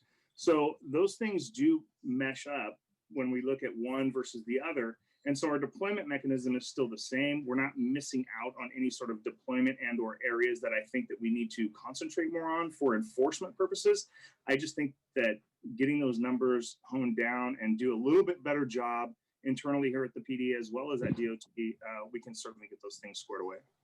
Okay, that was super helpful because so it looks like this does not impact Vision Zero corridors either, which was another one of my concerns, because in Vision Zero, we only look at the fatal and severely injured, and it's not impacting deployment. Okay, that was very helpful. Thank you. And I have two very quick questions. One of them I'll just ask very quickly. If someone could pull up page 77 and page 79 of the report. Page 77 is the map of emergency incidents by station. And page 79 is the response time compliance that Councilmember Davis just referred to. So this is a question, while Shirley is pulling that up, if Chief Sapien is on, I wanted to show, so Station 26 on Tully Road is no surprise there, has the highest number of calls, followed by Station 2 and then Station 8 and 3. I wanted to ask the fire chief, what is the fire department's plan to address these community needs? I mean, we're seeing calls go through the roof in parts of town.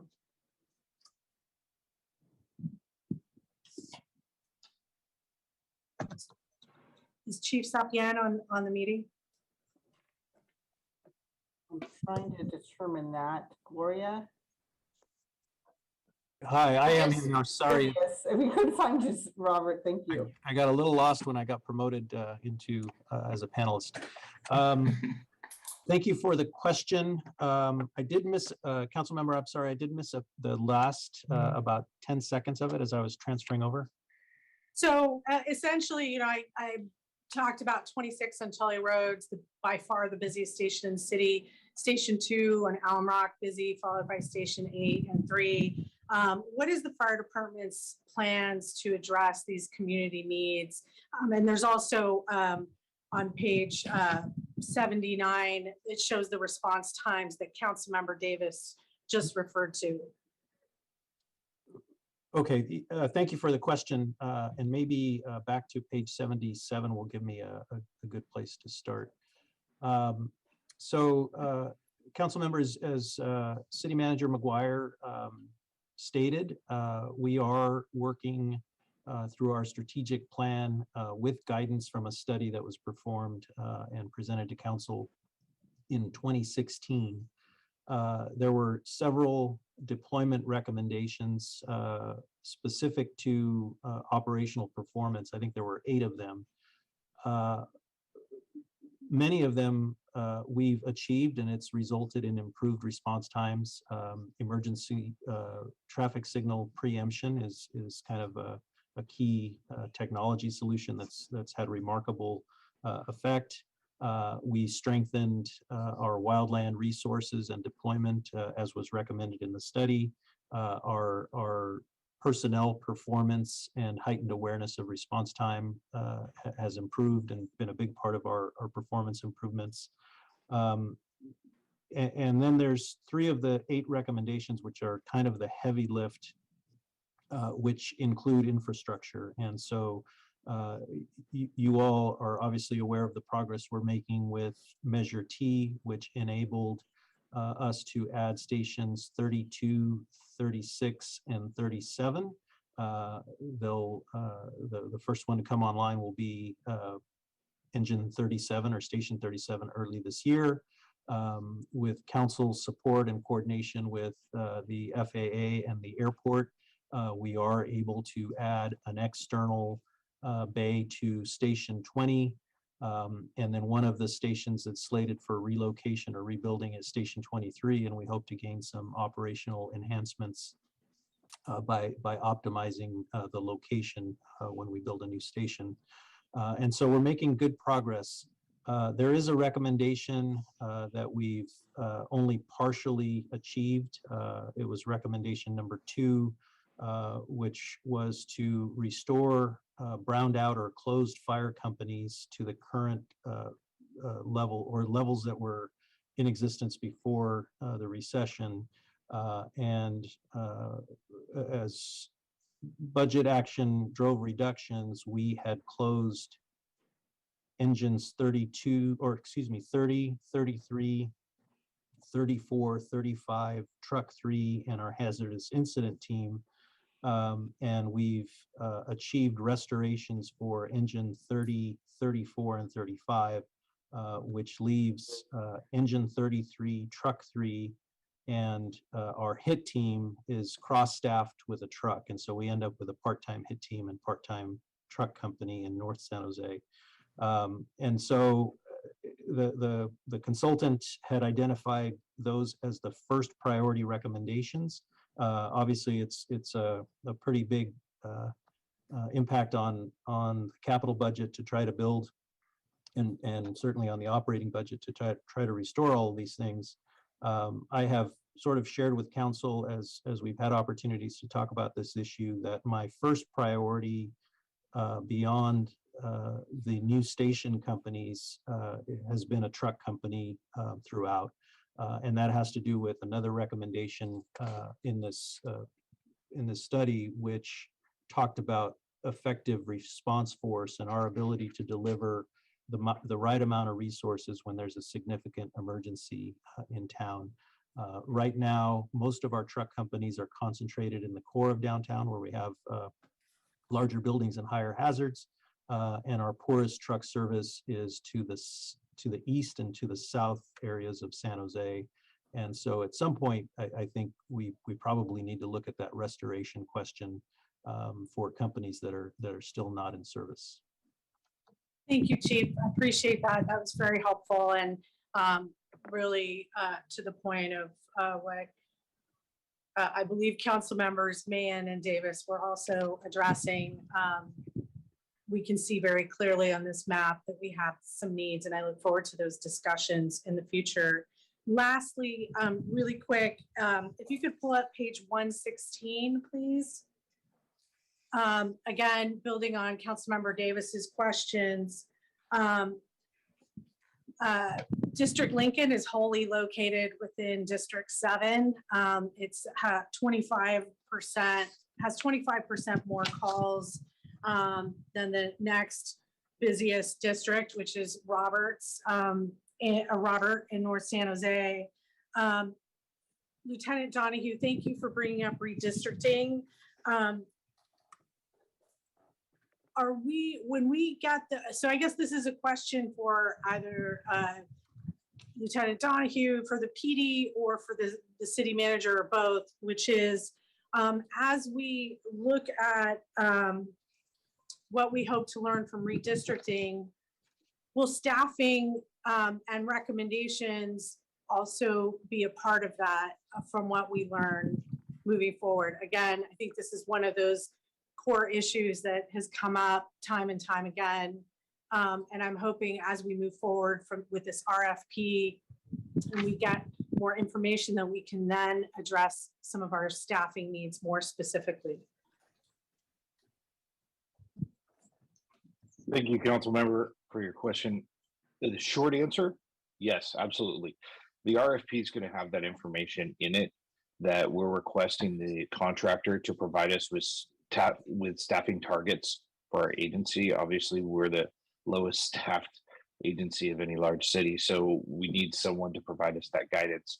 When we look at the staffing projections for the future, we have to be able to provide the services long-term to our city where we know that we're going to have the personnel on the street to be able to respond to those calls for service. So that's absolutely going to be a part of the Okay, so I'm going to just jump in for a moment. I've been very lax in enforcing. Yeah, I know. Thank you. This was my last we're now at question. 20, so I'm going to move on to other council members and we can come back. Yeah, no, thank you. To be very kind. Thank you, Mayor. No, I appreciate that. That was my last question. I just want to make sure that the question was answered. Great. Thank you. And I'm sorry to be pressing. I think we're up against some time challenges today. Yeah, I get it. Member Foley? Thanks. Thank you. Thank you, Joe, for your report and for the work of your team. Always a extensive report and very thorough. I really appreciate it. I'm impressed this year that you were able to receive input from a much younger demographic than we have in the past. So I think that's a great thing that we're reaching young folks too, because their opinion will and should drive some of the decisions we make at the city. I'm also a little disheartened. It's not, you have nothing to do with this, Joe, but just reporting the numbers of fatalities we've had on our streets due to automobiles. The whole reason Vision Zero is meeting and trying to make our streets safer hasn't been working in the last year or so, and certainly with 7 fatalities, I think this year already, our streets are really need some energy, and we need some money and investment. So I'll just point that out as an observation. I'm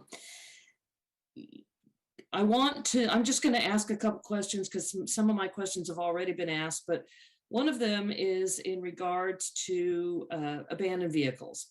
In the survey, one of the areas that our residents are most frustrated with is abandoned vehicles and how we are dealing with vehicle abatement.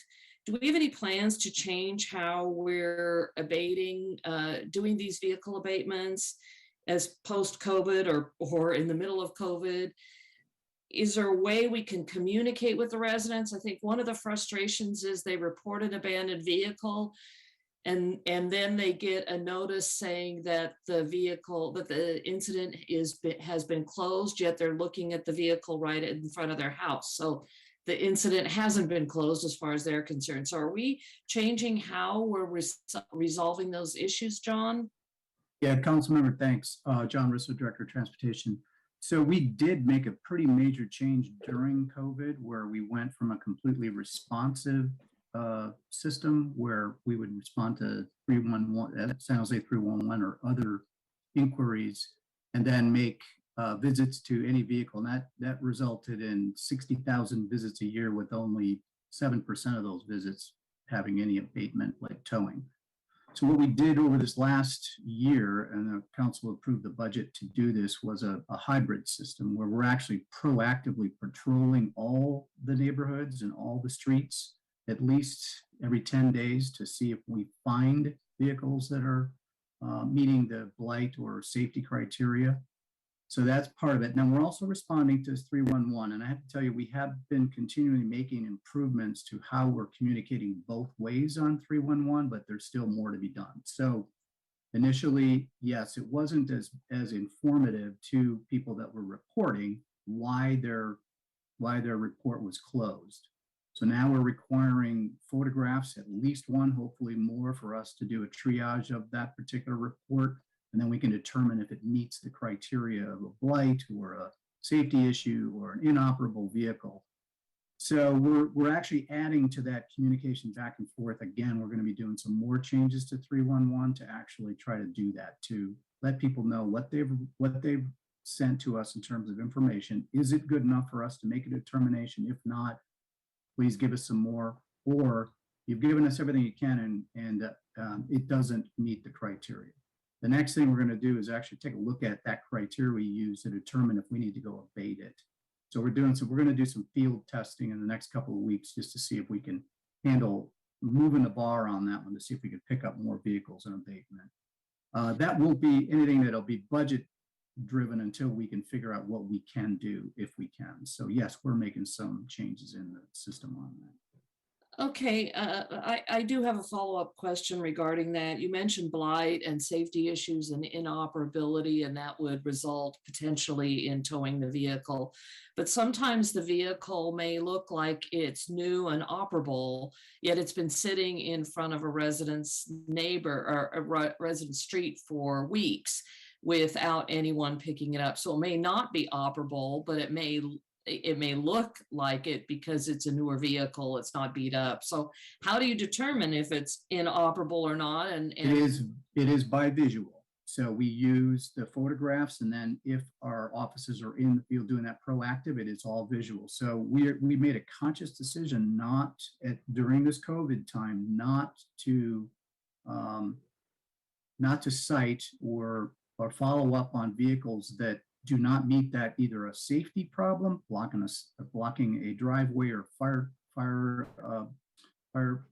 plug, or clearly blighted vehicles or inop. So any vehicle that doesn't meet that criteria, we are not abating it with this current way we've budgeted and are performing that. So if it is sitting there 2 weeks, unfortunately, and it's not a blighted vehicle and not a safety issue, we are not abating that. then, John, how are we communicating that to our residents?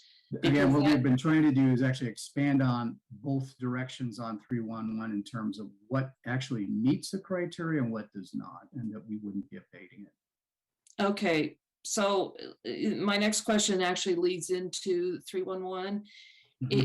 I think San Jose 311 is a great service. I think a lot of people don't know how to use it. We often get questions, how do I report graffiti? How do I report a pothole? And how do I report abandoned vehicle or illegal dumping? All of those in 311. So how can we get the message out more readily about 311 and the benefits and how that is utilized by the city?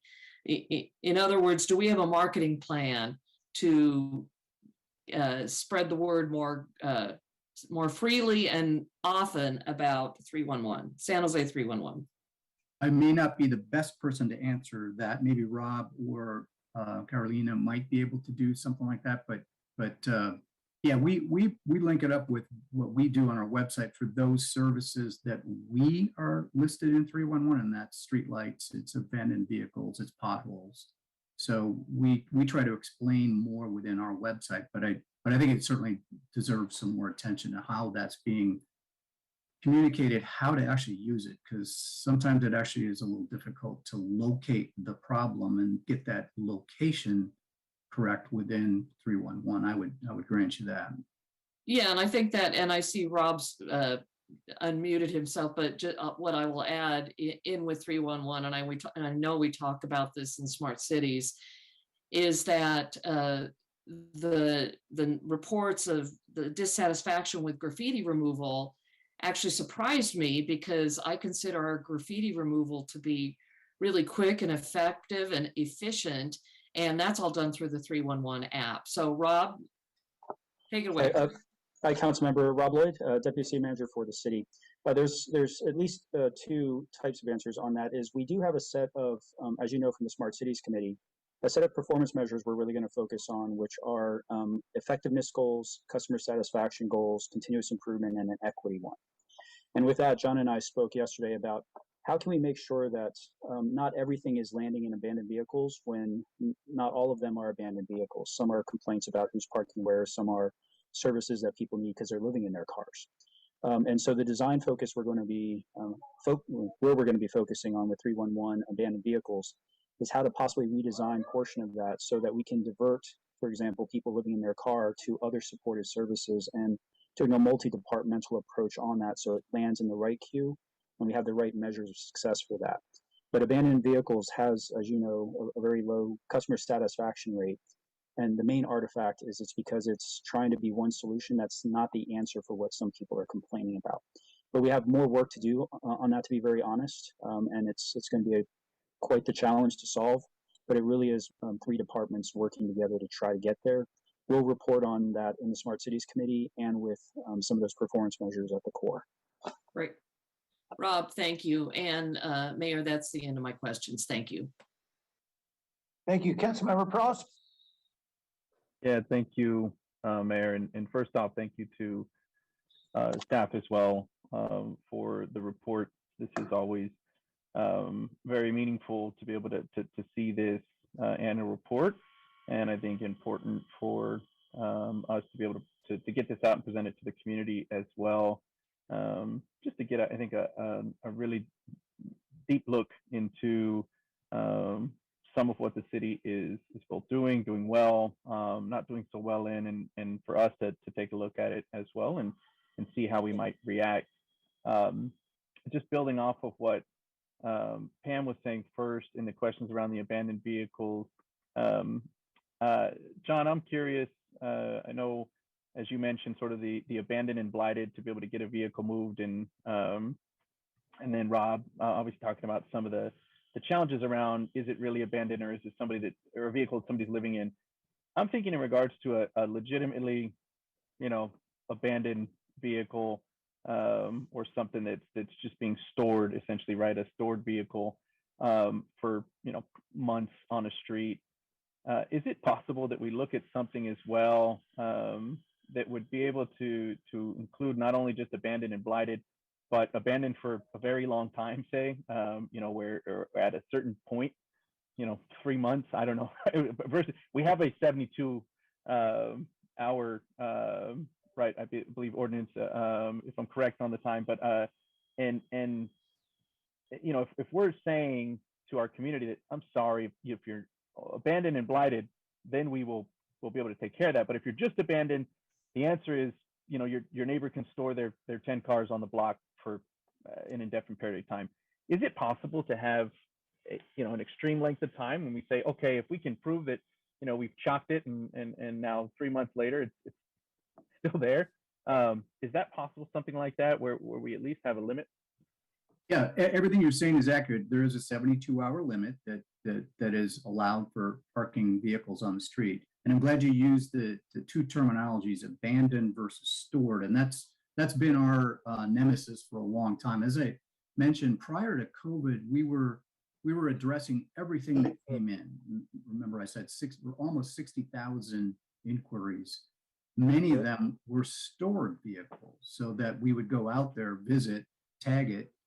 People would move it because they lived there, they were using it. So we would chase those vehicles all over the place. So we made a concerted effort during COVID to change this and try this new hybrid system. it does leave frustrations out there. I'm not going to deny that. Totally is. There's some frustrations. What we did last year, though, was we came up with a hybrid plus with a budget ask that would get us to, I think, what you're talking about, that we would still do the proactive patrol. We would still have a robust 311, but would also have enough staff and contract. We'd still contract out some of the services so that we can make it. It didn't, that budget didn't make it, so we weren't able to add that additional, gold-plated service, so like what you're talking about, to go after the stored vehicles.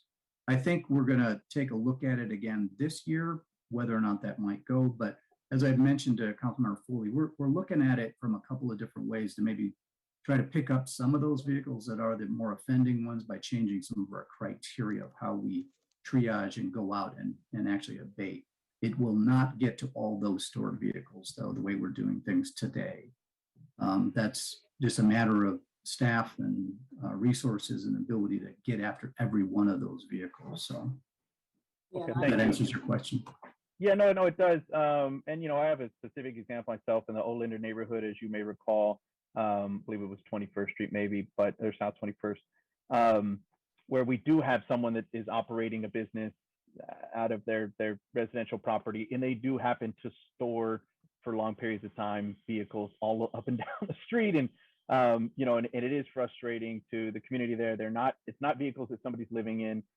They're not abandoned, they're not blighted, but essentially they're taking up half the block from the entire neighbors. And I think we should probably take a harder look at some of that too. Definitely, that's what's happening. Well, I think you make a good point in regards to the budget ask from last year that wasn't approved, right? That could give it that hybrid plus, and maybe that's something that we as a council, try to encourage that gets included this year, so then that way we can address this this particular issue. So thank you. I'm gonna switch topics to the police department and see if I can ask if somebody can answer when that RFP for the redistricting is going to go out. Councilmember, thank you for your question. This is Steve Donnie from Research and Development. I know I report back to you every 2 months that it's in process and we're working on it, but the truth of the matter is it's in process and we're working on it. We have sent it to the city, and it was sent back to our fiscal department, and they are working on the RFP, but they're finishing up the budget process right now. So as soon as that's done, I have a promise from their director that they're going to start working on the RFP and getting it out to the public posting. But I know that the bulk of the RFP, the document supporting it, is completely finished, and it's with fiscal. Is it possible to get an ETA at some point soon on that? As you said, we've been hearing the in process for several months now. So I'm just curious on getting an ETA on that. And I obviously I'm not questioning that anybody's not working on it. I know that we're making progress, but it's slow. And I think that the quicker we can do this, the better we address some of these challenges. So I'll ask a follow-up question before maybe somebody answers that. Are we also ensuring that we are trying to include the walking beats within this expansion, even if it's not something that we can fill immediately? Is that something that we're including in that analysis? So the walking beats are included, and I think that's actually a great illustration of why this is. You keep hearing that we're working on it part. Each aspect of this takes input from a different entity. So, for example, the walking beats, we needed to look at where we would deploy them, how they'd be spaced out throughout the city, that kind of thing. When we look at radio saturation, our radio shop has to get involved. When we look at dispatch saturation, we're looking at call volume. Every different entity moving throughout the department and the city has a piece of this, and that's kind of why it slowed down a little bit in the fall. So I don't want you to think that we've stopped working on it at all. We are very much working on it, but it's kind of the slow gears of movement right now. Okay, thank you. Yeah, I'm very much interested in that moving forward, especially with including those walking beats. I think that will set up, even if it's contingent on adding staff, sets us up for some better success in how we're policing our community in the future. Thank you. And council member, I'll be talking about it with you at the next PISFIS committee meeting in February. Okay, thank you. Appreciate that. And then just to conclude here, I think, you know, we can dive deep into this report and the data and look at metrics and talk about it. Try to, I think, make improvements, nuances here and there. I think that the key thing to focus on in the report is actually on page 2, and sort of something that we all are aware, but it's quietly sort of in there under the operating budget and staffing. I'll read the short paragraph. Overall, there were 6,592 full-time equivalent positions in 2020-2021. Although increased staffing in recent years had nearly restored staffing levels to what they were prior to the Great Recession. Staffing decreased this past year because of the fiscal impact of COVID-19. San Jose employs about 6.4 people per 1,000 residents, fewer than any other large city we surveyed. I think that you know, paragraph and then really that last line sums up all of the issues that we may be looking at. Maybe not 100% of them, but the majority of the challenges that are expressed through this report that our community is frustrated with, that we would like to see improvements on. It's really summed up there. It is city employees that do this work that we want to get done, or that they manage this work that we want to get done. And quite frankly, I think we've heard this repeated theme over the last decade in regards to trying to do more but with less. And we heard that today from the police department, Lieutenant Donahue mentioning it earlier. And it's just the reality. I think that at some point we have to recognize you are limited on what you can do more of with less. And I think that's, in my mind, for our community, should be a focus on summing up really when we see some of these challenges, regardless of what department it may be coming from. We are the most thinly staffed big city, and that's going to have a huge effect on the successes that we see. And so I think for me, that's always been a key point, and in an area that we know there's many different factors in relation to that as to why. And so I won't dive into that now, but I think that's a key area. And then lastly, I think, in the report, you look at some of the priority issues, and this was on the slide 5. I don't know if you wanted to go back to, but it's fine. But the top issues that come out, addressing homeless issues, one of the top is obviously the highest priority, and then providing more affordable housing. And then if you look just a couple lines down, reducing the cost of living in general, you can link those two together, or improving public safety, reducing crime. And then you look down a couple lines, improve police response and presence. You can almost lump those two together, and you see those top 3: homelessness, affordable housing, public safety, really standing out significantly. And certainly, again, issues that are not going to be addressed without additional resources. I don't know if we ever do this, but we did see in the report there were a very, very small amount of people that answered in regards to an excellent or good on the response of addressing homelessness. When you look at, and I'm sorry, that was in the report on page 19. It's not on the slides. It's essentially the reverse, though, of this slide. So I don't think you have to change it. I'd be curious, right, if we can find out who it was and what it was giving them the answer of excellent or good in some of those minor cases. I don't know if we ever do that, but it could be things that make complete sense. Maybe somebody is not dealing with these issues in or around their home or their business, or maybe that we were able to come out and actually resolve it. But I think looking at those small successes, especially in these areas where we're getting huge, large percent of concern or complaint, I think if we look at those successes, that can point us back to some of the answers on how to resolve it. We may already know a lot of these, but I just think that would be something interesting. I don't know if we do it. I'll leave it at that. Thanks, Mayor. Thank you. All right. Are there any other comments? Will we accept this report? All right. I think we need a motion to accept the report. Has that already been made? We already have one, Mayor. Oh, thank you, Tony. I'm sorry. No, thank you, Councilmember Esparza. Okay, let's vote then. Jimenez, Aye. Peralez, Yes. Cohen, Aye. Crosco, Aye. Davis, Yes. Esparza, Yes.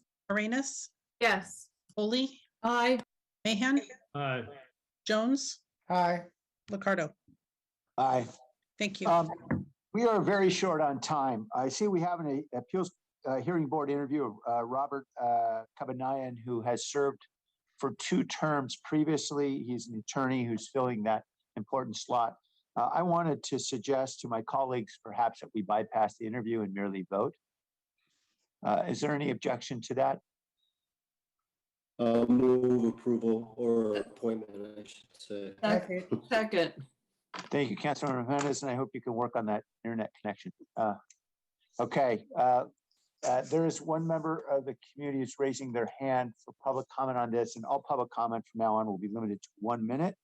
This is on the Appeals Hearing Board appointment of Rob Kamanayan. Paul Soto, Yeah, well, I was actually, Mayor, I was surprised you didn't do that earlier, but I was expecting it. I was definitely expecting it from you. Yeah.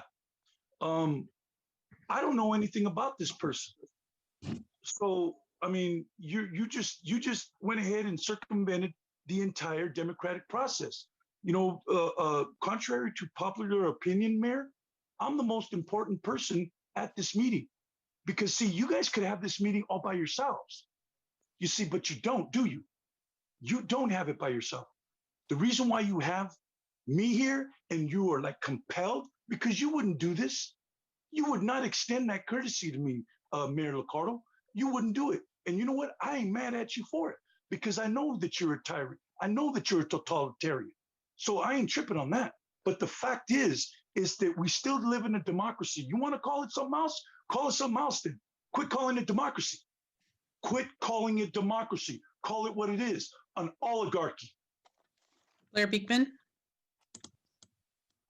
Hi, Blair Beekman here. I hope I can quickly remind in this appeals board hearing process, there is an equity roundtable coming up. That is my sincere hope that it can really help decide the future, a better future for the commission process. That can be a more overall public community effort, and that commission people can have more of a voice in their ideas and decisions for city government in our future. Thank you. Call-in user 1.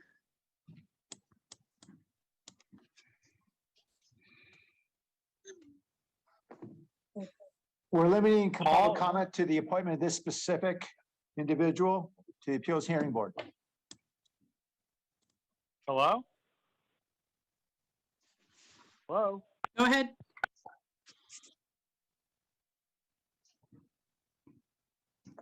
We can hear you. Hey, anything that you people want, I'm against, man. And Paul is completely right, Sam. You're a dictator. You're a petty dictator. You think you run this town? I can't wait to hear what people have to say about your gun control laws. Get rid of anybody and everybody who Sam wants. Any law, rule, regulation. You are a tyrant. What are you going to do, Sam? You're going to ride around what are you going to do to make this town better besides riding around your rainbow festoon bicycle? What are you going to do for this town? You're going to do nothing for this town. And Tessa Woodmansee. Yeah, it is a problem that we didn't get to understand what's going on in this appeals board person that we're now anonymously approving without public input and without understanding even what the appeals board is about. And this is the similar pattern of what happened to the on the consent agenda, that it was taken off that the public could comment. And it's like, okay, we'd like to know, first of all, how did that ever get on the agenda that the public could pull items? And that we needed to know that history. And then where did it go when it went away? And there was no public engagement about it. And so that's wrong. And we also want to know, when did we lose public comment in the beginning of a meeting? You know, what was the history of that? I don't know if we'll ever be able to find it out. And this attitude of doing things behind, without public exposure is bad. Brisa Rojas.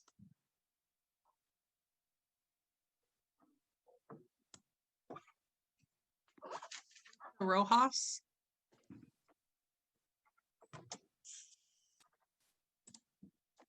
Okay, I'm going to go back to council. Thank you. And I encourage any members of the public who are interested, please look at the documents that include the application and memoranda from staff about the candidacy of Rob Kabanayan, who has previously served 2 prior terms on Appeals Hearing Board. So you can learn more about Mr. Kabanayan online. All right. There is a motion. Mr. Kabanayan, did you want to object? No, thank you, Mr. Licardo. No, I just wanted to clarify for the record, my correct name is Ronald Kabanayan. Please forgive me. I'm sorry, sir. No problem. I just wanted to make it clear on the record. Thank you very much. All right, there is a motion, I believe. Yes. Jimenez, Yes. Morales, Yes. Cohen, Aye. Carrasco, Aye. Davis, Yes. Esparza, Yes. Arenas, Yes. Foley, Aye. Han, Aye. Jones, Aye. Ricardo. Aye. Thank you. All right, so I think we recognize we've got several substantive items still on the agenda, and we've got to wrap up by midnight. I want to suggest some deferrals here, specifically item 5.2, which is a community forest management plan. We know that's going to require a lot of public comment and is going to require quite a bit of time and attention from us. And also suggest deferral of 8.1, which is the downtown high-rise item relating to the Carlisle. And are there any other items, Jennifer or Lee, you suggest that we could defer safely? Yes, you could defer the definition of racial equity. It wasn't time sensitive to go today, and there might be people that are going to speak on that, but it could go on another week if the council so chooses. But we're prepared to go fast on that. We have a 5-minute presentation. Depends on the pleasure of the council. Okay, so I'll leave it to a motion here. Councilmember Carrasco. Thank you, Mayor. I'm okay deferring 5.2. Of course, that's of great interest to me. I mean, the whole council items are. When would we be deferring that to, Jennifer? Ms. City Manager? Yes, I need to look at that. If we can go just 1 week deferral, because we've got we're trying to rebalance the next couple of council meetings. So I'm thinking it would, obviously I know there's a lot of interest on that. We've already deferred that item once. So it would hopefully go on the, probably on the 1st. I think we're light on the 1st actually. And then if we could just do a 1 week deferral, I think that actually would work now that I'm thinking about that agenda, because we deferred something else off of that. So let's say the 1st for that one. And anything else that the council defers, let's just do a 1 week deferral. And I think we can make those work. So I'm good with that. Mayor, if no one has any objections, I can go ahead and make that motion to Please defer do. the items that you just mentioned. I'll second that. Deferring 5.2 and 8.1, is that right? Yeah, just to clarify, are those just the 5.2 and 8.1? Is that right, Councilmember? And the 3.5, Yeah, right? Yeah, the equity item. I don't have that number in front of me. 3.5. Okay. 3.5, 5 point. Yeah. Okay.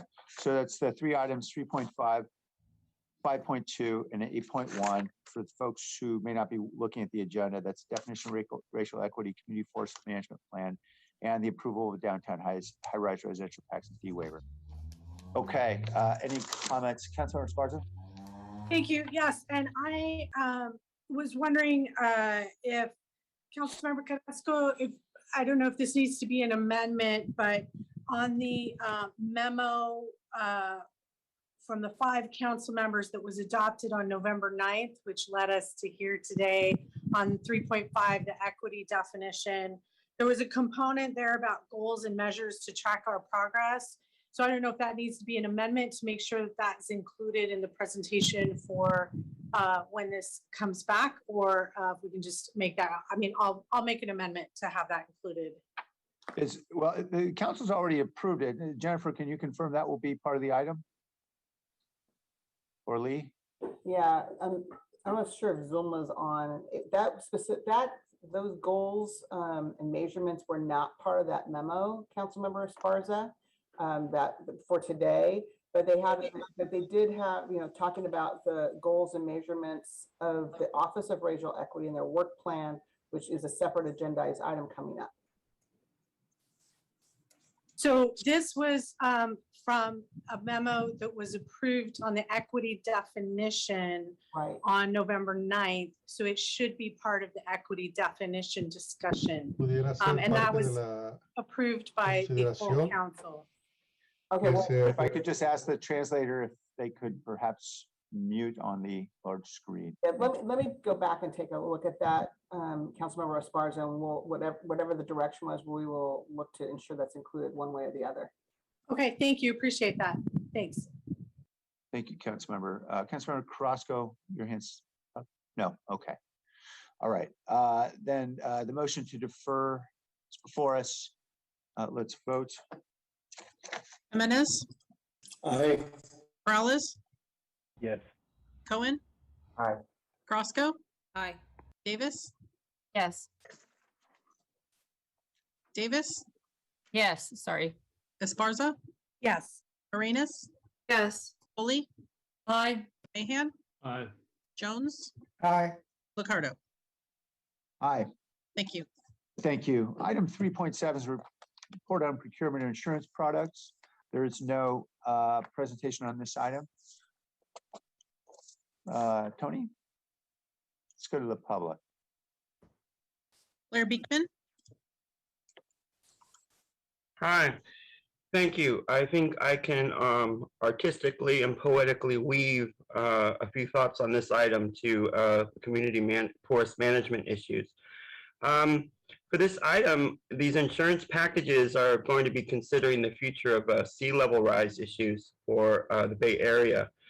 Good luck in the work towards natural disaster preparedness practices we can go through in the next few years. I think you're creating a really good example in San Jose to make those kind of practices available and understandable to the public. It's those good efforts that will be a part of these insurance policies and how we learn to mitigate the future of sea level rise and wildfires and possible earthquake. So thanks for this item and good luck in our work of open, clear planning in the next few years. Thank you. Paul Soto. Yes, thank you. Paul Soto from the Horseshoe. Point of order, Mayor. You need to have a public comment on that deferment item. When you did that and you amended the agenda, there was supposed to be public comment on that, just so you know. So with the respect to this, this is why it's important that that we have an equity definition, because it's going to apply to every single department. And Councilwoman Esparza is 100% correct. 100% correct. And it was compelled by Councilman Perales. He said, yeah, he agreed with me. He said that, you know what, we need something underneath it to undergird it, because that's an aspiration. That ain't no definition. And as written right now, I'm telling you, take it back, City Manager, because that is still an aspiration. It's just a wordsmith. I know what's in those documents because my family was affected by what's not. Calling user 1. I'd like to know if there's any relation to the person selling these insurance policies to the city. Is there any relation between the city manager, the mayor, friends, family, city council members? Who gets to have these insurance contracts? Is it a friends and family incestuous relationship or not? I don't know. Maybe it's not. I hope not. But I have a sneaking suspicion that somebody knows somebody who gets this fat insurance premium or policy, right? I want to know how you guys go through it. you know, I know we're not allowed to ask questions because you guys are too good to answer them. I realize that. I mean, sometimes you like to talk about me afterwards, talk some smack about, you know, user one, whatever. But I'd like to know any relationships of why these contracts go through. You guys sure don't talk about. Michelle Brunnett.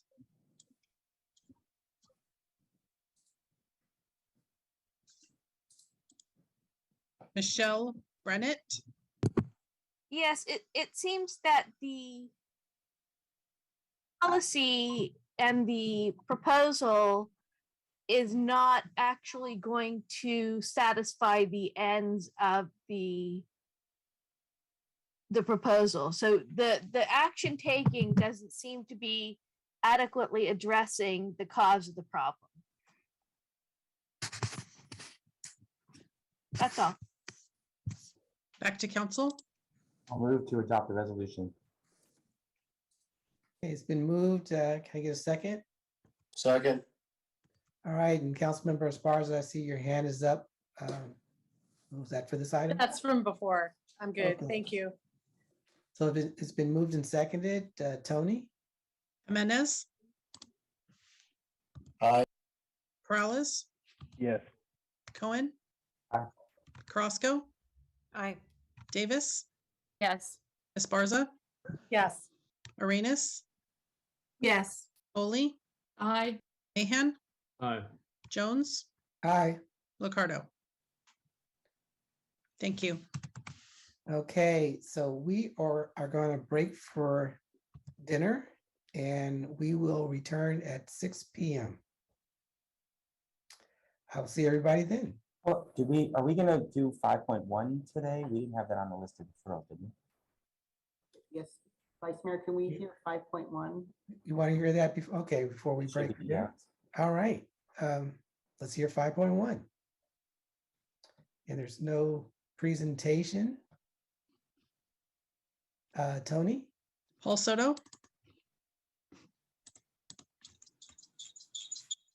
Yeah, Paul Soto from the Horseshoe. Your memo doesn't really accurately, like, it's just a lot of wordsmithing, but it's not. You're not really stating why you need somebody on call for $2.3 million. I mean, I mean, that's my money. That ain't yours. That's my money.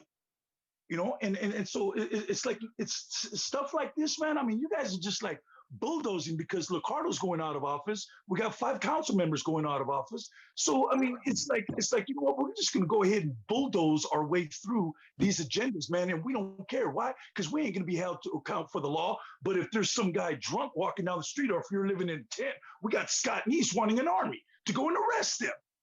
You know, I mean, come on, man, we gotta do something about this. Not only that, you know what, Councilman Davis, I want you to keep that word feeding out of your mouth, because we only feed animals at the zoo. Blair Beekman.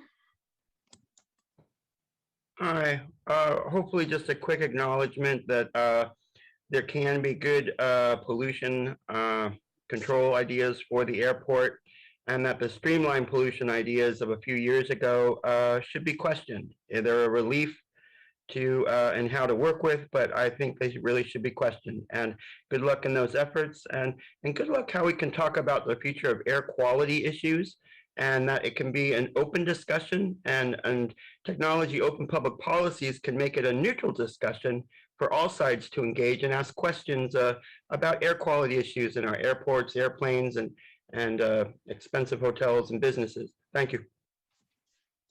Call in user 1.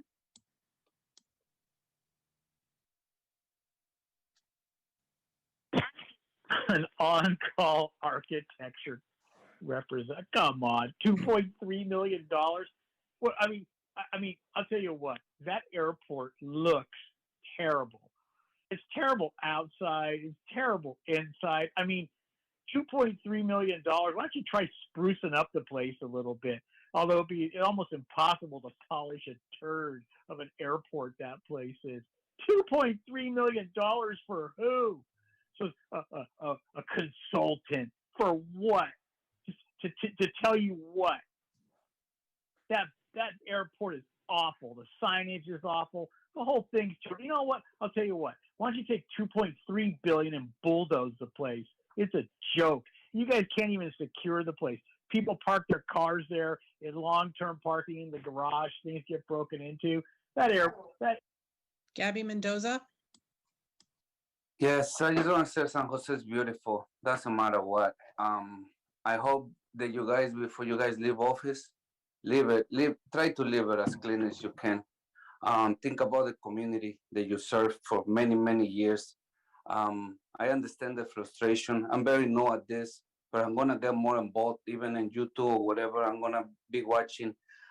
Can you be a little bit more easier and the make sure we have a Spanish translation that is correctly? It's a little hard. I know my English is not very good looking, but I try my best. But I hope that my other people that speak Spanish and go to the meetings can understand better.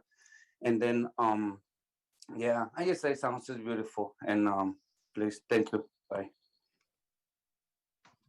Back to council.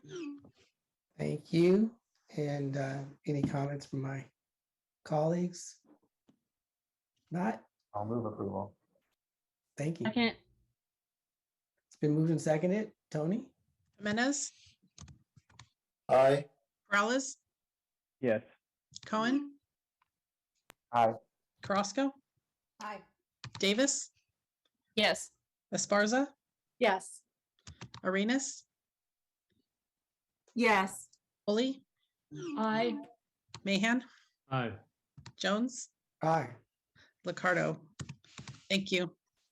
Okay, now we will break for dinner and we will return at 6 p.m.